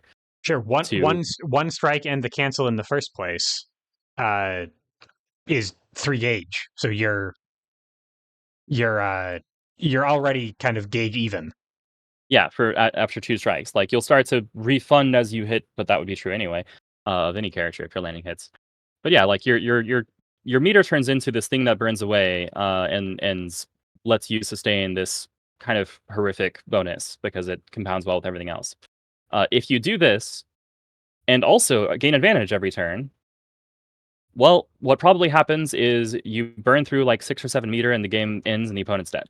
Right. Like you take several consecutive turns where you have +1 or +2 power, +1 speed, and gain advantage, and the opponent dies. It's a nasty way to end out a game. Uh, but you're good at doing it. It is So an option. this is strong enough to be basically like an like it's at the very least is an alternate gauge payout. It sounds like it's like an alternate win con or maybe like a primary win con. I consider it a win con in its own right. It's not generally what I do because I will tend to run like a kind of a faster, kind of a leaner, kind of a slightly more aggressive thing where I'm not gonna sustain this. I don't usually have the resources for it. I'm I'm yeah, it depends. Like I said, at 3 gauge, I make a decision. If I'm exceeding, then I'm a lot less likely to be sustaining this. Right. But I still will every game I get the chance, I'm still going to boost Requiem and cancel Strike at some point. It's so good. Right. But if you're not exceeding, when you get to 3 gauge, the decision that you're making is between exceeding and playing Requiem and sustaining Requiem, I should say. It is between exceeding, playing Requiem, or doing other stuff with your gauge, which is also still a thing. Okay. You have too many things to do with your gauge. So Right. that like this is one thing I wanted to point out as not the line that I actually run, but a line that I've seen work extremely well is making this your end game and then going, okay, we are going to do an advantage chain where we take advantage turn after turn and we just have stats forever and then the opponent dies because Right. they can't deal with it. Um, I tend to not do that. I tend to do a bunch of individual, okay, I'm going to, do something, cancel, usability, strike. A lot of turns where I go down a little on resources. Like if I'm not exceeded, then that's more often what I'm doing.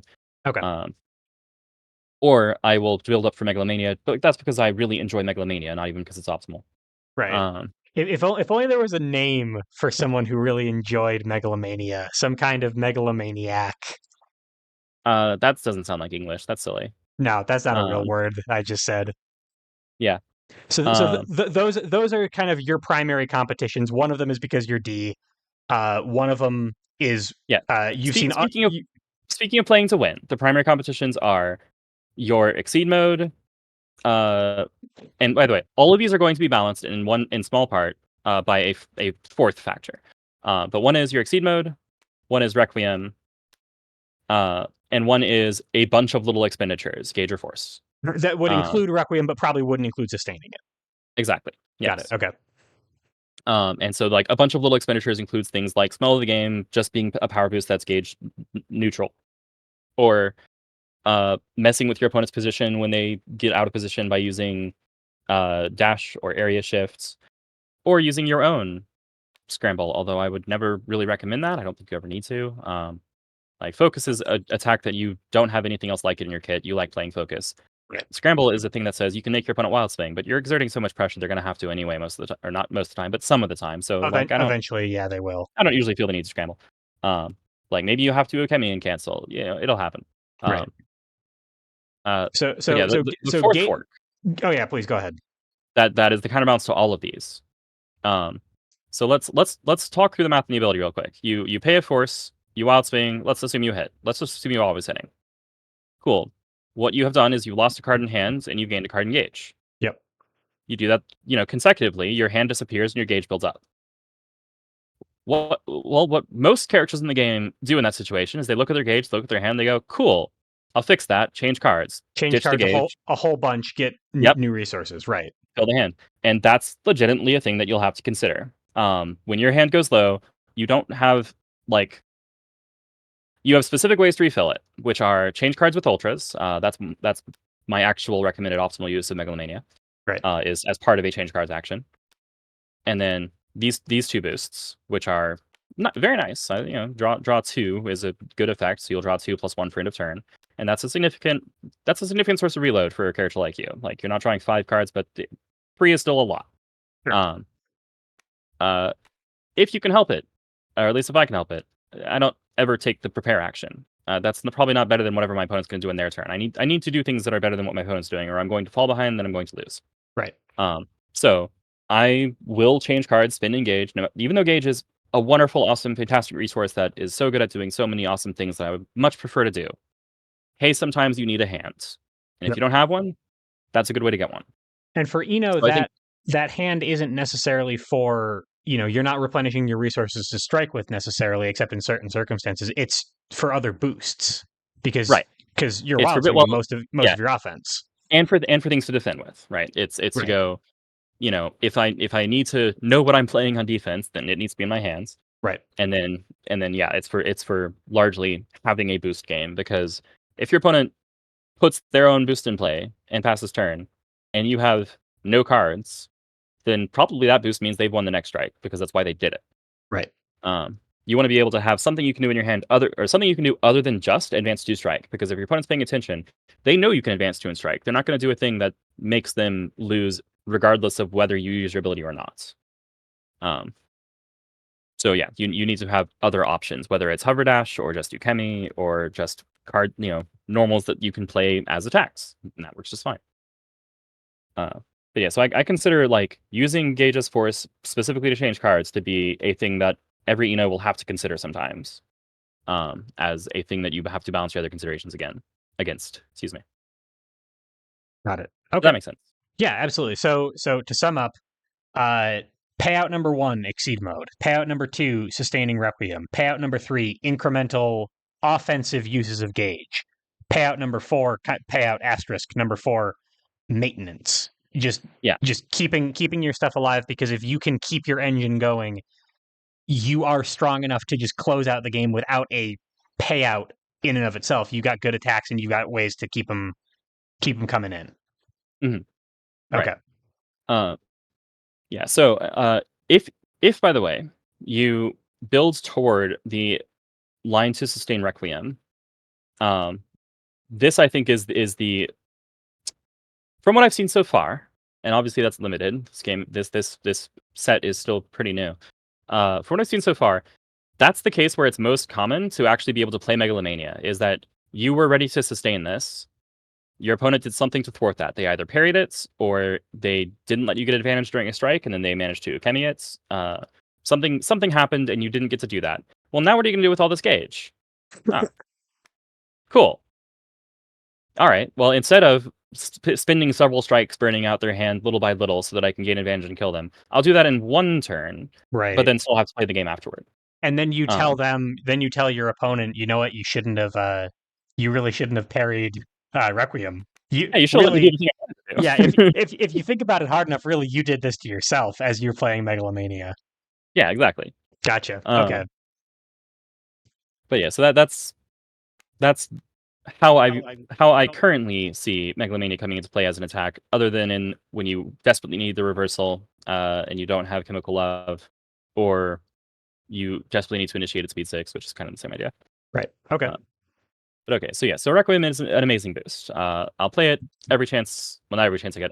If I have a chance to play it, I'm going to play it eventually. Maybe not immediately, but like it's going to get played. Um, the attack, despite being one that I talked about it being so useful, which I do think it is, way less exciting. The attack is a defensive tool. The boost is an offensive tool.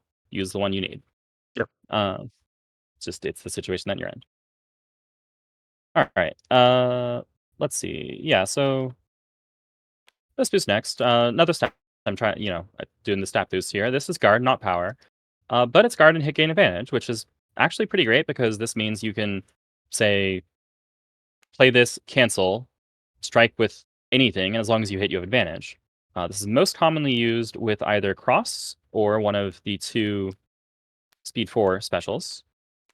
Uh, both like all three of which have significant positioning implications where you're doing something that messes with the board state. Um, so 4 guard means you're not getting stunned by slash, so it lets these get covered by slash. Unfortunately, depending on where you are in the board, Sultry will often miss. So depending on where you are, it doesn't get paired with Sultry. But if your opponent is near the corner, Sultry becomes very, very reliable. Because yeah, so if they're in any of these spaces and you're here, right? Then Sultry will hit as long as you aren't stunned. Right. Um, but yes, and then guitar stamping will work in by the same fashion, where it's just a 1-3 attack that has 4 guard and gains advantage, and also gains a gauge slash refunds the gauge you spent canceling. Like that's really solid. That's great. Um, you can also throw it onto slash if you want. I don't super love doing that because slash already gains advantage. I would really like to get value out of that trigger. Right. If you're Um, gonna do that, then that's what faultless defense is for. exactly. Like I'll faultless cancel slash instead. Sure. Um, I have also done Marlene Grasp, where I certainly didn't need the guard, but I really wanted to push or pull 1 or 2 and then gain advantage. And hey, that'll let you do it. Right. Okay. It's good for that. That makes sense. Uh, this is not generally a boost that I will play in past turn. I would probably rather play faultless for that purpose. Um, Right. Get some gauge.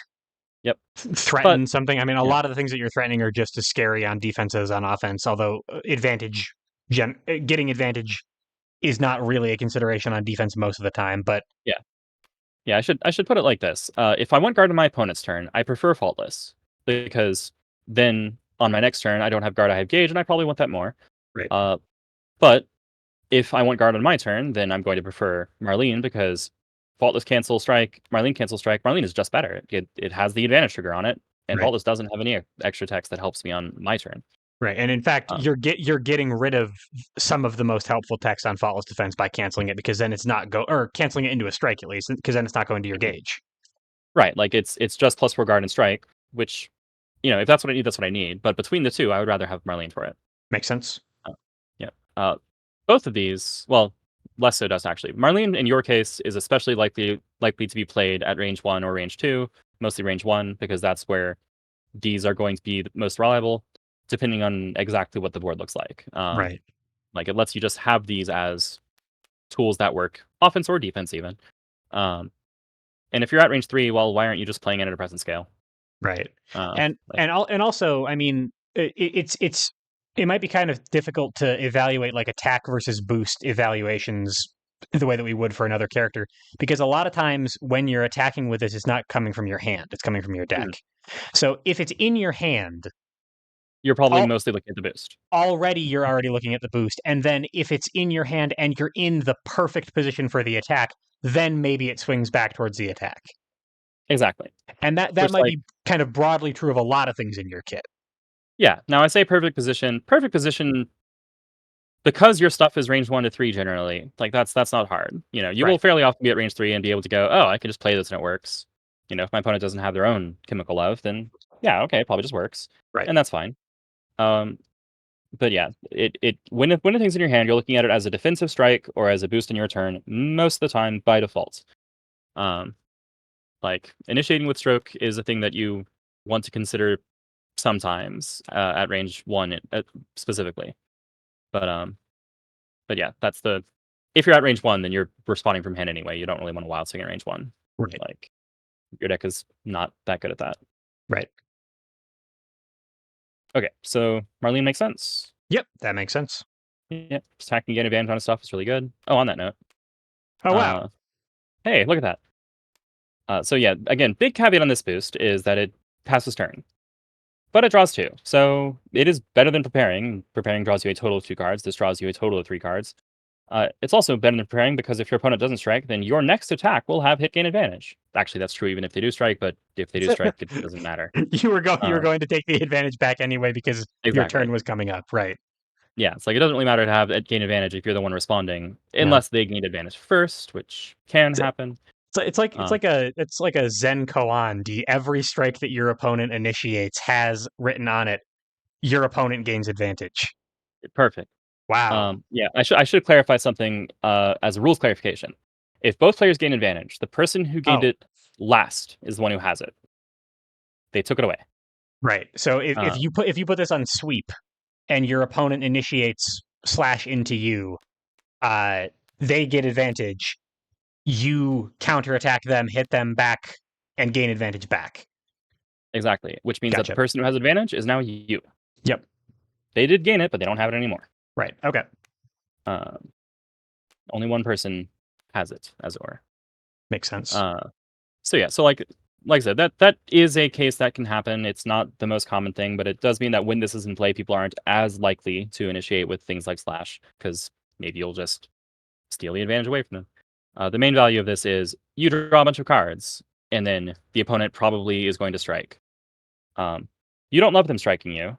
You want to play this in a range where you know that you can defend with something and not just have to wild swing and probably lose the strike. So it's often going to be played at range 1 or at range like 4, where you can have a chemical love threats and they have to decide if they respect it or not. Right. Uh, but yeah, but it's a reload and reloads are important to you. Like because of your desperate need for resources and your constant little expenditures, you will be using this fairly often. Uh, it's a boost you can play basically anytime you want. The attack is harder to make consistent. If you have the attack in hand, you're probably not playing it unless you have one of the little shenanigans that I mentioned available to you. Um, but yeah, Gatling, it draws cards. Play it. Uh, I don't think I need to. Oh, I think I did mention that gaining advantage is often going to go with a thing that changes your position. That's way more true when you're initiating, like when you know you're initiating with it because you did a thing and canceled into it.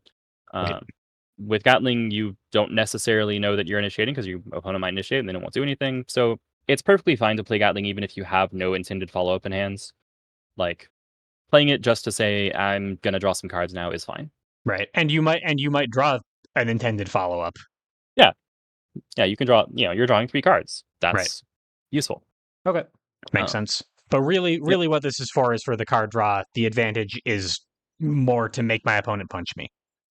yeah. Which you don't love doing, Right. but here's the caveat there, right? Like, you don't really want your opponent initiating into you. However, if you are building resources and then forcing them to initiate into you, they're not building resources because when you strike, you go resource negative. Right. Um, Okay. so it lets you maintain the resource lead that you actually did. Like, what generally happens here is you draw 3 cards, they strike, you may well have to wild swing or you'll play a focus from hands, which means that your resources have been maintained. Like, your focus replaced itself or your wild swing didn't cost you a card from hands. Right. And now it's your turn, and so you are up those 3 cards, and they probably went down a card in their turn. Right. So, like, that's why Gatling works to be a resource edge, even though you're not really expecting to win the strike that they initiate. That makes sense. Okay. Interesting. And then if they don't initiate, hey, you got hit gain Now from your you turn. You can do whatever you want. now you have now you have this part of Marlene, but a turn later. Yeah, and so you'll often go, okay, well, let me jump to range 2 and play cross, and then have range 5 advantage, and then go to range 3 and strike and gain advantage, and then go, And do you're do run your whole offense. Right. do things. Yep. Uh, but yeah, so Gatling, good boost, play it. Um, hey, speaking of resources, um, yeah, good boost, play it. So this is Hover Dash. It is essentially your ability, but what if it gave you resources instead of column and well, okay, it's actually predicted from your ability, but um, move to another direction. Draw 2, then you may spend a gauge to take another action. Um, so yeah, it's already just super efficient just to play it from hands without even thinking of canceling it. The fact that you then have the option to spend a gauge to take another action gives it additional awesome flexibility. It's really good. If all you need is to advance 2 and strike, you'll probably use your ability. But if you are not sure that you can strike afterward, if you are nervous about the number of like blocks and graphs that are still in your deck because you didn't get any in your mulligan and you've seen 15 cards and you haven't seen any more while your deck is starting to look a little bit suspicious. Right. Um, Maybe you're not going to be wild swinging as constantly if you're feeling that coming. At which point, oh, okay, you can just kind of build up a hand of resources because as long as you are building resources aggressively, like faster than most characters will do it at baseline, faster than the prepare action, let's put it that way. Sure. That means that you're not really wasting time because at some point you're going to unload all your resources, probably pretty rapidly in a series of strikes, turn after turn after turn after turn, being Right. Right. Um, so it's acceptable to pass turn here. It's it's like amazing if you need to cancel and do something else because at that point you have moved, drawn, canceled, done whatever. Your opponent is probably losing the strike because you have the perfect play. But Right. it's perfectly fine to just play it and draw a bunch of cards and then go, okay, that's fine in my turn. Sure. Maybe with that draw too, I got the grasp and the block that I was worried about. Now I'm ready to strike. I didn't Mhm. when I drew. Okay, I'm gonna ease back a little bit, play a different boost. You know, play neutral a little bit. I'm allowed to do that too. Yep, you are allowed to play some neutral. You generally don't want to be playing very much of it because if you're playing neutral, your opponent's probably playing neutral, and you don't Right. want that. Right. No, that's Um, ridiculous. You want them to be defending. yeah, like them playing neutral gives them a chance to come out ahead. That's not good. Yeah. No. Um, Yeah. Why would you do that? all right, so here's for the awkward part where I talk badly about positioning. Um, Okay. uh, Here's why Eno is bad. Wait a minute. Why did I say that? Well, advance 2 and strike gets you Ah. killed. Yeah. Sometimes you might die from that. Yeah. Um, Especially if you're in exceed mode and you're like, man, I desperately want to do this anytime I'm striking. I don't want to just strike. I want to advance 2 strike plus 1 power. But my opponent is maintaining this position where they're either here, or we're like here, or whatever. And it's like, oh man, it feels so bad. Right. Um, okay, well, you can fix it with hover dash. Like that is a big reason you have a retreat boost, which by the way, season 7 characters don't actually have by default. The normals do not contain a boost that says the word retreat on it. Right. Um, so you have a boost that says you can back up a little bit. You can say, oh, actually, let me retreat so that then I can either cancel and use my ability this turn, or pressure so that my opponent knows I'm going to be doing it next turn, where I'm jumping back in to the Right. range that I want and striking Right. from there, but with my ability. Right. Um, Or even just back up and well, if the point of my ability, although exceed mode notwithstanding the plus power, you wouldn't get this. But if the point of my ability on front side at least is get to a range where I can wild swing, hover dash does that, yeah, it just does and it by itself. You don't have to use and, your ability. and then I wouldn't have to do it with my ability that would only advance me and might put me in a bad situation. The downside of Mhm. that is that on exceed mode, doing hover dash wouldn't get me my plus one power. Yeah, so in exceed mode, I very often am going to do hover dash and then ability, especially if I need to do. So here's another way to do this, right? Hover dash, advance, draw, cancel, ability, Right. advance, strike. Right. Like what I did was I used my ability to retreat one and strike in a very convoluted fashion, but I also got to draw some cards and resources moved around in some funny ways, And it kept you uh, out of the corner. and it kept me out of the corner at the end of the day. Right. Yeah, so like that's hover dash is super super important for allowing you to fix positioning problems that your ability would otherwise put you in. Right. Um, that is most true when you are in exceed mode and you want to use your ability all the time because your opponent knows that and they're going to try to go, oh, actually, let me stand where your ability is hard for you to use. So use this to make it easier for you to use. In basic mode, I find it's more often like shoring up neutral, general. Yeah, like I use this way more flexibly in basic mode, especially I will use it in basic mode and not cancel, where I just go, okay, I want to be 2 spaces away and draw 2 cards, and that's pretty good. But in exceed mode, I will usually play this to cancel it and then use my ability afterwards. Sure. Mhm. Yeah, this can be pretty nasty when you start to look at, well, as is the theme, right? Combine this with other stuff and it gets dumb. You go, okay, move to cancel, Requiem cancel, and my opponent thought we were at range 1 and I was cornered, but actually I'm playing, you know, +2 power, +1 speed, dive or slash or antidepressant or whatever I want. Right. Like it sets up anything you want. It's not the most flexible movement. It's two exactly. It's not just one or two, but it's still really flexible movement. It's plenty. It's enough for Right. you. Right. Right. Yeah. So super high value boost. Main reason not to play it is that it's your second copy of Chemical Love, and you don't want your opponent to know both copies are down. Right.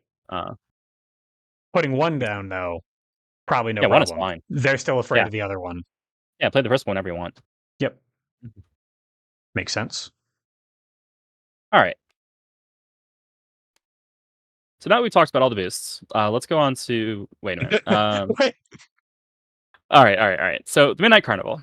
Um, I think the phrase I want here is win more. Yep.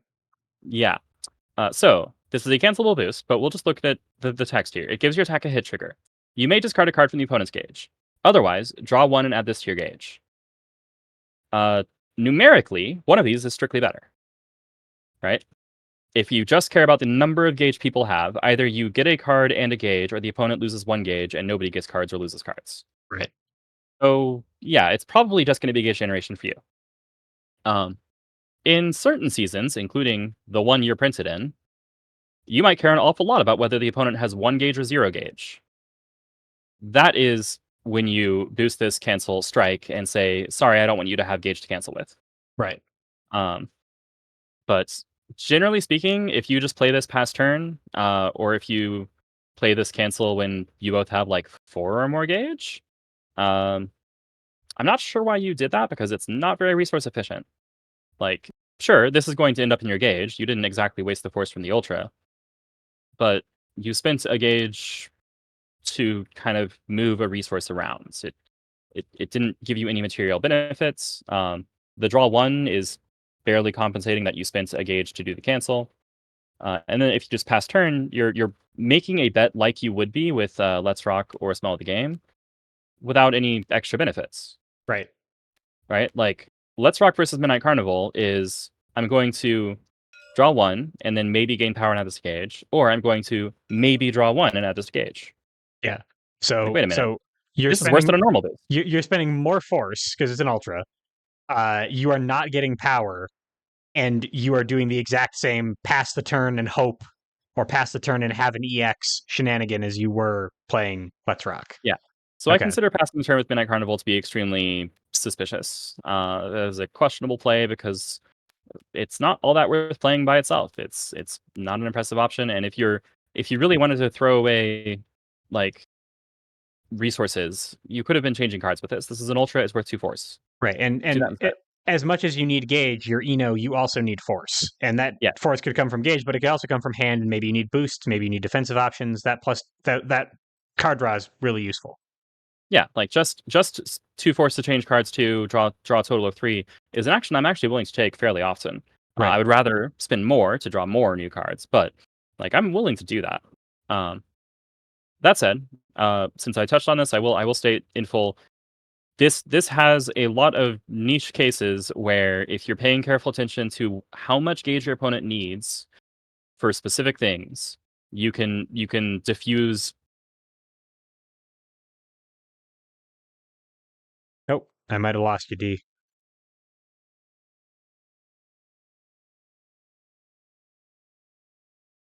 Let's see here.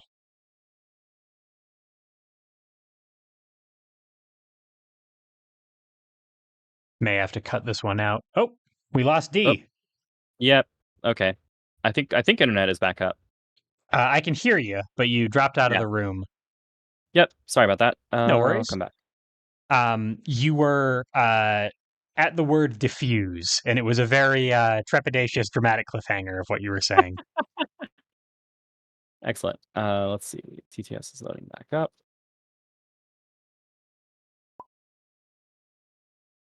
Sorry for the trouble. No worries at all. Okay, so, there is an use case, a justification for using Midnight Carnival, uh, at that is very technical, very advanced, by which I mean, if you know both characters very, very well, so, okay, I should say, if you know your opponent's character very, very well, and you know exactly how much gauge they need for all the things that they could spend gauge on, and how much gauge they can generate in one turn, and you know that you need them not to be at a specific gauge threshold under certain circumstances, then you can boost Midnight Carnival, cancel, strike, and deprive them of 1 gauge. Right. Um, I've done this a non-trivial number of times, but also I know a lot of characters in the game really, really well. Yeah. Um, by default, I'm not recommending this for anybody. This is a thing that is an option at high levels of play. If you realize that it's exactly the thing that you need, you can do it. Please don't consider this a staple of your game plan. Sure. Yeah. Um, The number of clauses you need in order to reach the use case here is a lot fewer than the number of clauses you need to describe why changing cards with this is good. yes, or more. Yes, you get the idea. Yeah, I do. Yeah. Yeah, and yeah, so, like, the burn the opponent's gauge, if you're playing against Strive or Street Fighter for that matter, taking out their 1 gauge so they go to 0 gauge is justifiable. That's reasonable. You don't want them to be able to cancel. You don't want Street Fighter characters to be able to critical. Um, I still think you usually don't wanna do that just because you are spending it's numerically inefficient. They will probably find some other way to get their first gauge. People have block in their deck, like, it's not that hard.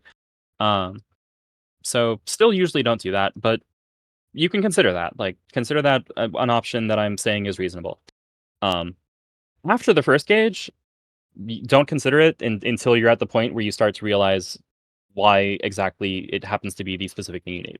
By Right. default, you look at this and you go, well, I guess maybe I have an EX to defend with and I'm boosting this, but no, I'm changing cards. This is 2 force. Right. Um, like, at some point, I'll be taking change cards action, spinning some combination of cards we hand in or gauge, and then this is 2 force. So that's what it's good for.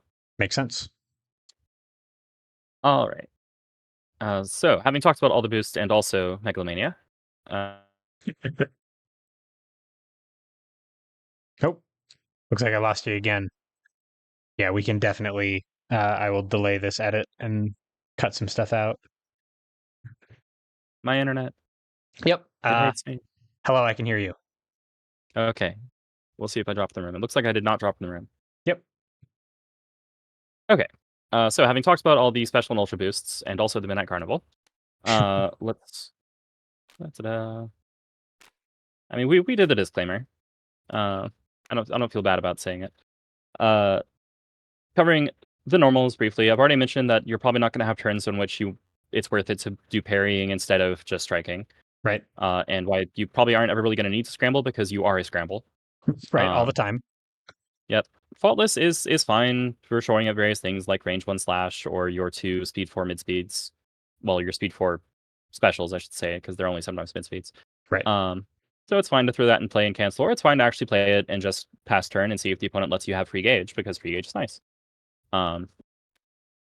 We covered this very early on when we were talking about your movement options and how you can stack them and how you have various different movement tools that are each good for their own thing. So sometimes you'll need dash, and that's fine.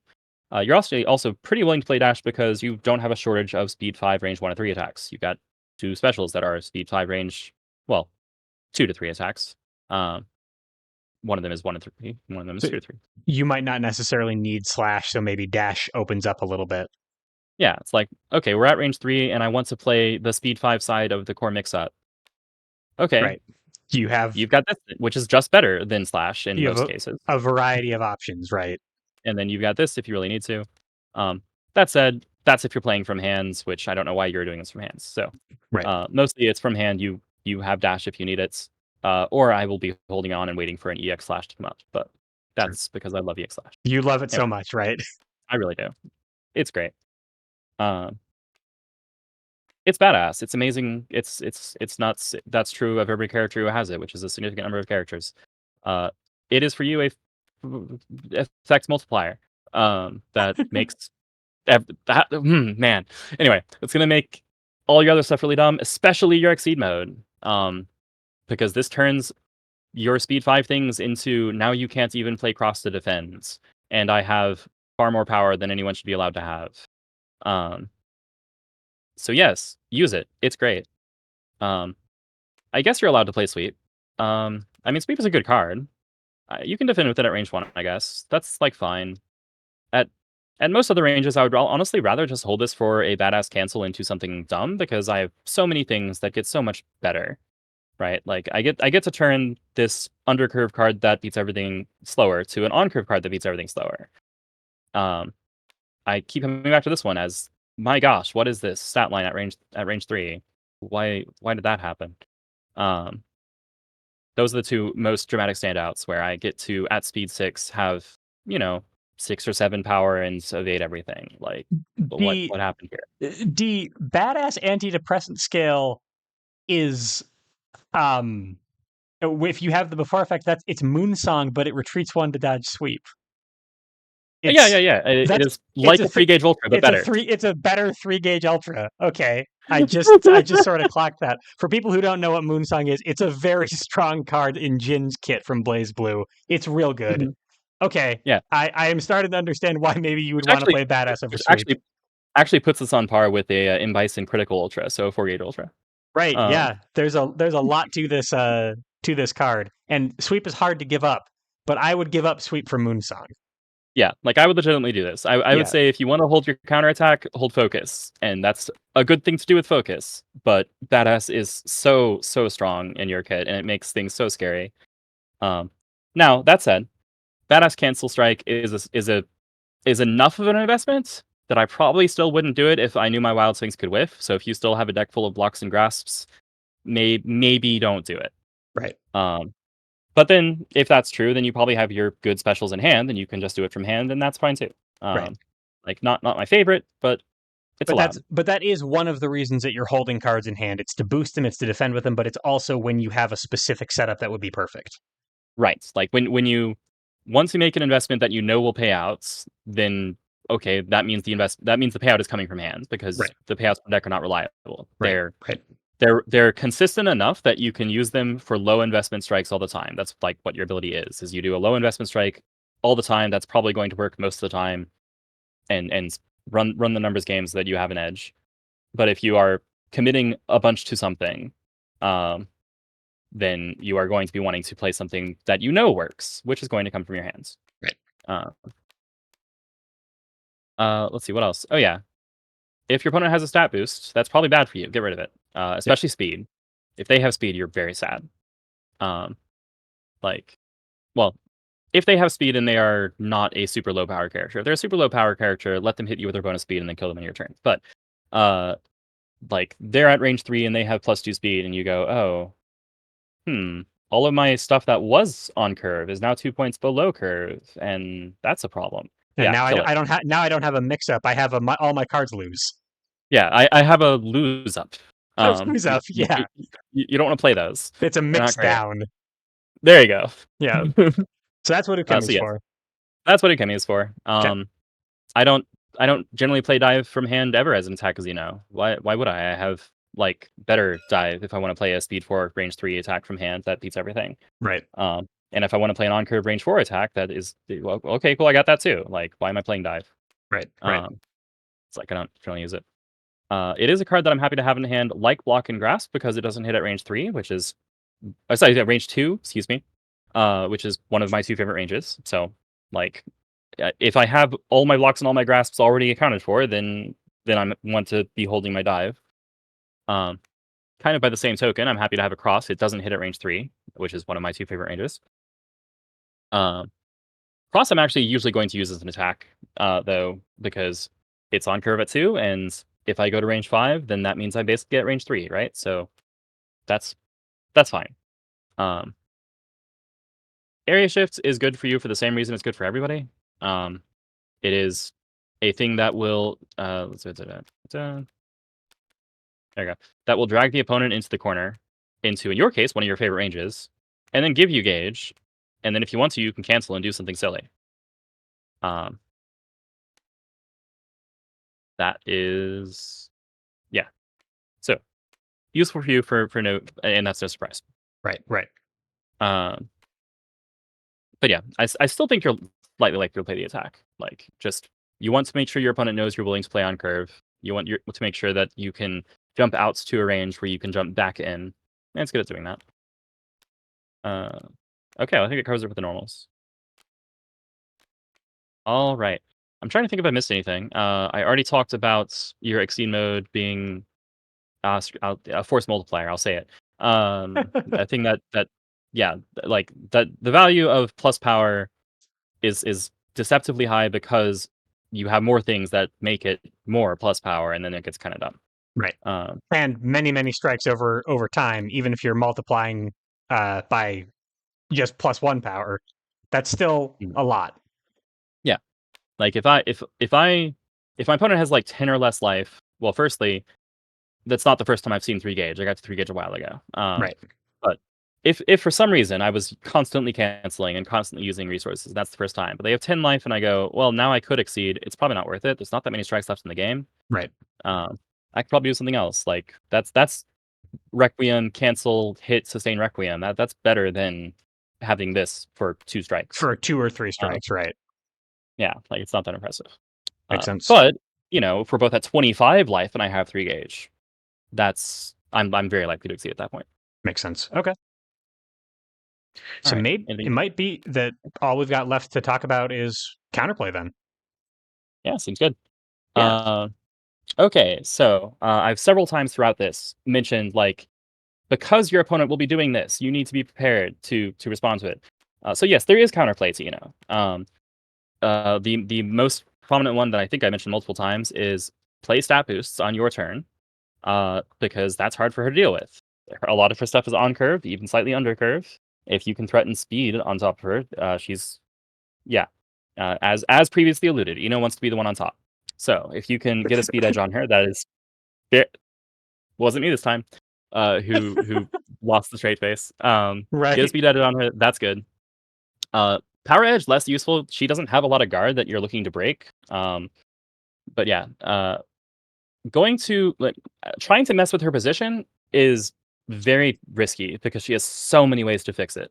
That said, if you can get to range 1 and 2 where the corner's behind you, you can make things awkward for her. So this kind of position where if she advances, she's going to the wall, where her only really significant threat is stroke the big tree, and everything else is stuff that you can kind of just deal with normals. That's fine. At least if you do this, then in order for her to set up something, she has to play a boost and then use her ability, or just strike from hand from here. Or Right. sorry, or just strike from hand or wild swing from here. At which point, like, she didn't get to do the maximally dumb thing that she probably wanted to do. So making it awkward for her usability, and especially if she's in exceed mode, you want to make it as awkward as possible for her usability. You don't want her to be able to reliably get value out of this. Sure. The other thing I will mention is initiate into her. Like, y she is going to try to be she's a restaurant character. By which I mean she has attack. Nope. Lost you one more time, D.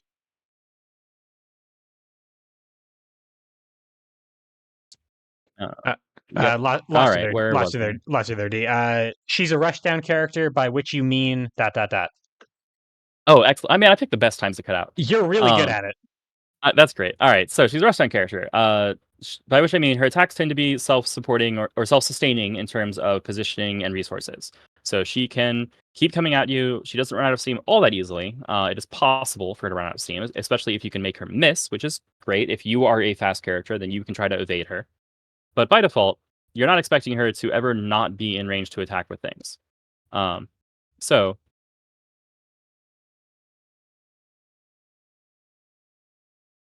Uncanny.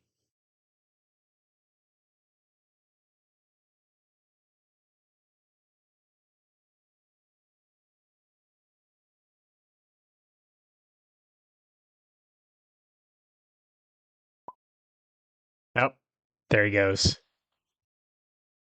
this, I'm sorry about Don't this. worry about it at all. Again, Oh. though, you picked the right time for it. Uncanny. Where was Uh, it? you were you're never expecting her to be out of range of attacking into you. So dot dot dot. Oh goodness. Okay. I think then that was when I was about to say expect to respond with wild swings to conserve your resources. Uh, initiate from hands and leverage whatever your strengths are with whatever your characters. Lots of characters. I don't know what your strengths are. You do you. Right. But responding with wild swings is a way of saying, "Hey, I knew you were well." Okay, there are other reasons to respond to wild swings. In this context, the reason I'm saying this is against Eno, if she's initiating, she has a good chance of winning that strike, especially if she has jumps to range 2 or 3. Even if she's wild swinging, she has a good chance of winning that strike. You can check her with on curve attacks so that you don't get popped by guitar stamping, which is awful. At range 2, it prevents antidepressant scale from landing, which is good.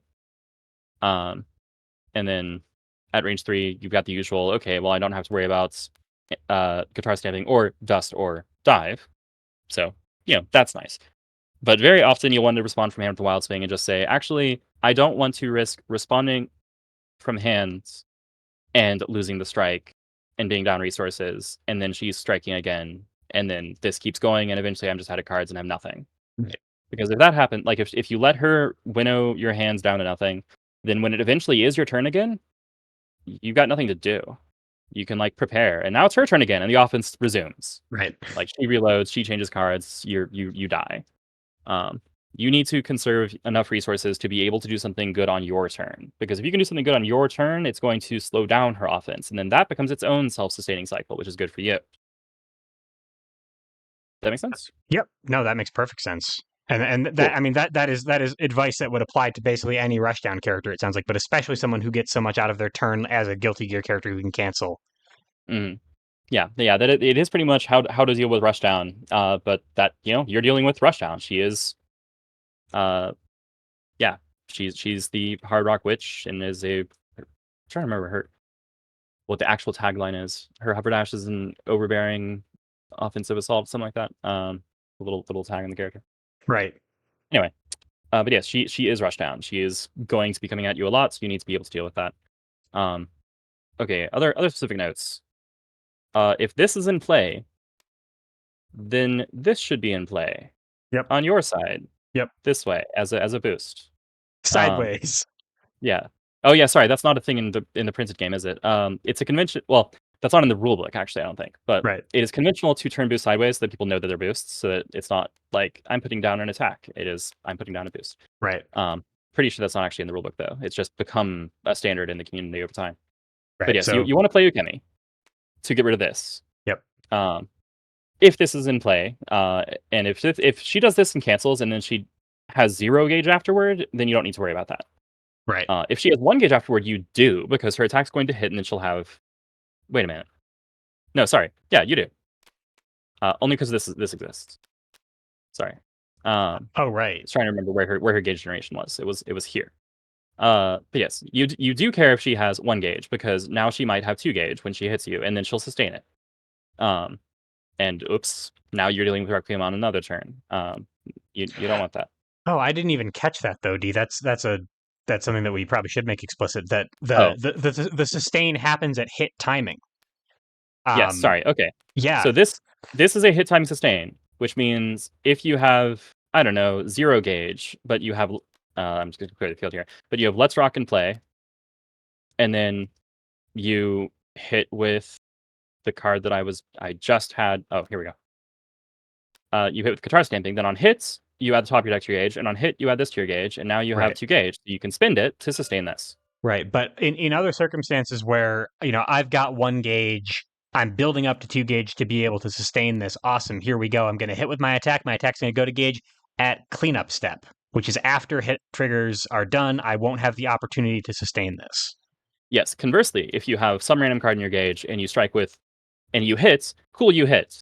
You can't sustain this. You only Yes. have 1 gauge. Right. At the Yeah. time that this is being checked, then later on, after this is over, cleanup happens and this goes to your gauge. But that's too late. Yes. But it's Got it. too late to sustain it. Yeah. Okay, good. Yeah, thank you for clarifying that. Yeah.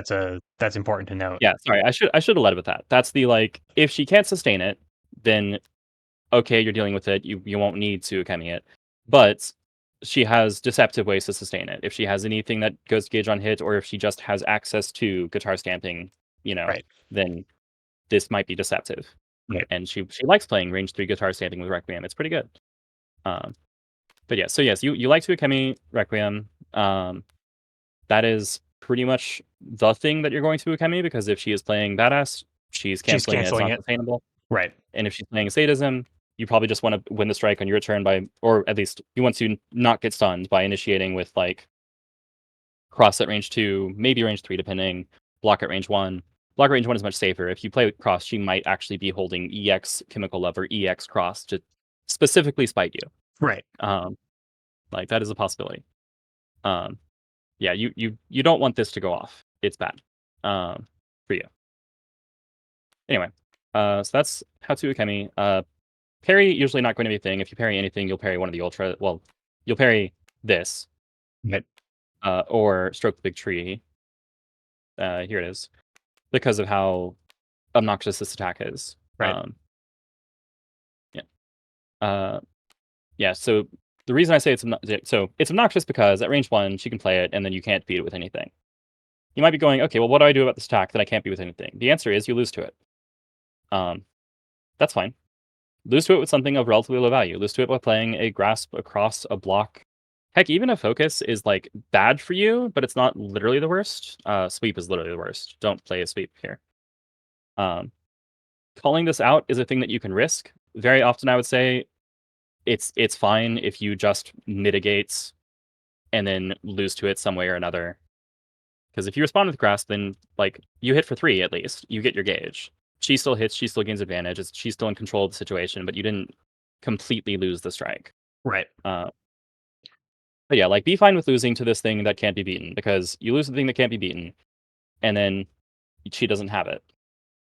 Cool. Now we keep going. Like she has 2 copies of it. She cares a lot about rationing them and using them effectively.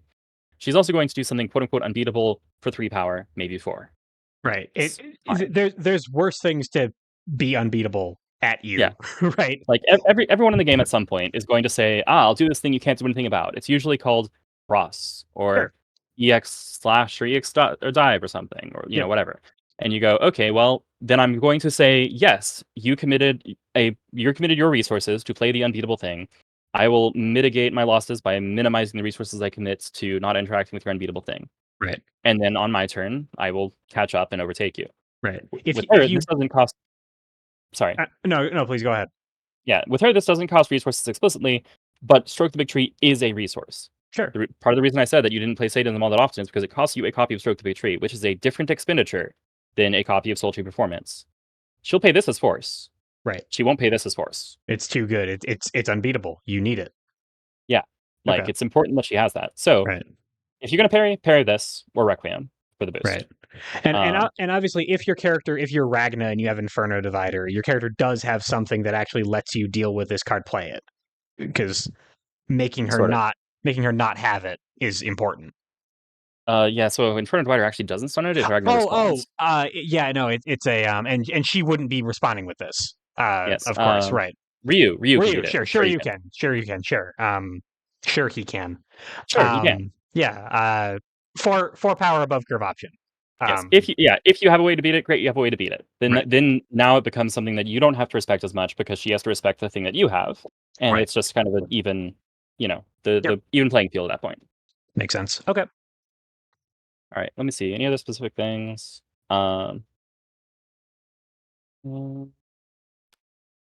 uh, if this hits you, well, you probably were already losing the game. I'm sorry. But if this hits you in a situation where she did it as a last ditch efforts, where she said, "Okay, I'm desperate and behind, and I need to do this, and now I'm just going to start wild swinging and hoping and praying."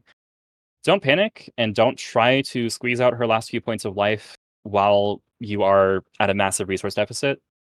Um, Spend time rebuilding, recover your losses. So the situation I'm talking about is like she's low on life and you're not, and she's desperate, and she decides Megalomania is her comeback option. This is generally a mistake because Megalomania is not a comeback option. It is a way to close out when you're already on top, or when you are ready to be on top and you've got a way to do something about it. Right. If she's going for a comeback option, she is doing something that makes everything more reliable, like Requiem, like Badass Cancel, etc. So this has very high salt factor. You might well get tilted. You might well be extremely frustrated when your entire hand gets discarded. Um, don't panic. It's a lot like Stroke the Big Tree. It at some point, if she wants to do it to you, she can do it to you. It does not automatically mean that you lose the game. If she hits you with this in a situation where it does mean you lose the game, she could have hit you with anything she wanted, and it would have meant that you lost the game. Right. So that's a just accept its existence because you don't have a choice kind of advice. Yep. Um, And it's not quite as bad. It's not quite like it's pretty bad it's to get so hit ineff- by it. it's bad But to get hit by it, but it's so inefficient to play it that right. it's probably not the thing you need to worry about most of the time. And as bad as it is to get hit by it, it probably isn't as bad as it feels to get hit by it. Oh no, it feels much worse than it is. Right. So keep that in mind. Don't get too salty because it feels worse than it is. Okay, that makes sense. Mhm. Anything else? Focus is a good card. Play it for mitigation if you need to. It's fine. Scrambling her is a waste of time. She's going to respond with Wild Swing more often Right. than not anyway. She does not care. She does not care. Uh, yeah, that's okay. Any specific questions or concerns about the counterplay or anything else that I seem to have missed? No, no. I honestly, she sounds awesome. I can't wait Yeah. to give her a try. Let me do a fun thing that I have to point out. Please. What's the counterplay? It isn't. You just play your main game plan. You Their just do the counterplay is thing. how they survive it. Right. Like how they survive it. Like their counterplay is what they need. You are the pressure character. You are the question. They have to come up with answers. You run rush down. Don't worry about dealing with their counterplay. Just run your plan better. And then if when it gets to the point of they found out what to do about my plan. Cool. Play mix ups. That's Right. Exceed. That's what Like Exceed is. Yeah, is yeah. is now they've forced you to play the card game that you're playing. Yeah, like you don't really have the next level game plan of now I can pivot and do this other stuff. You have the now I need to play my primary game plan a little differently. Right. But you're always going to be a restaurant character. That makes sense. Cool. All right, Well, D, that's Eno. that was wonderful as always. Always a pleasure to That was talk to Eno, you. and now you Uh, know. and now I know. Um, Yes. Thank you so much for your time and your expertise, as always. I'm going to let you go before your internet chooses another extremely opportune time to cut you off at the right time of a sentence. Um, Folks at home, thanks for putting up with us, as always. We appreciate your time and your attention. I will see you all for the next one. Goodbye, everybody. Bye. Oh, stay hydrated. Please stay hydrated. See ya. Bye.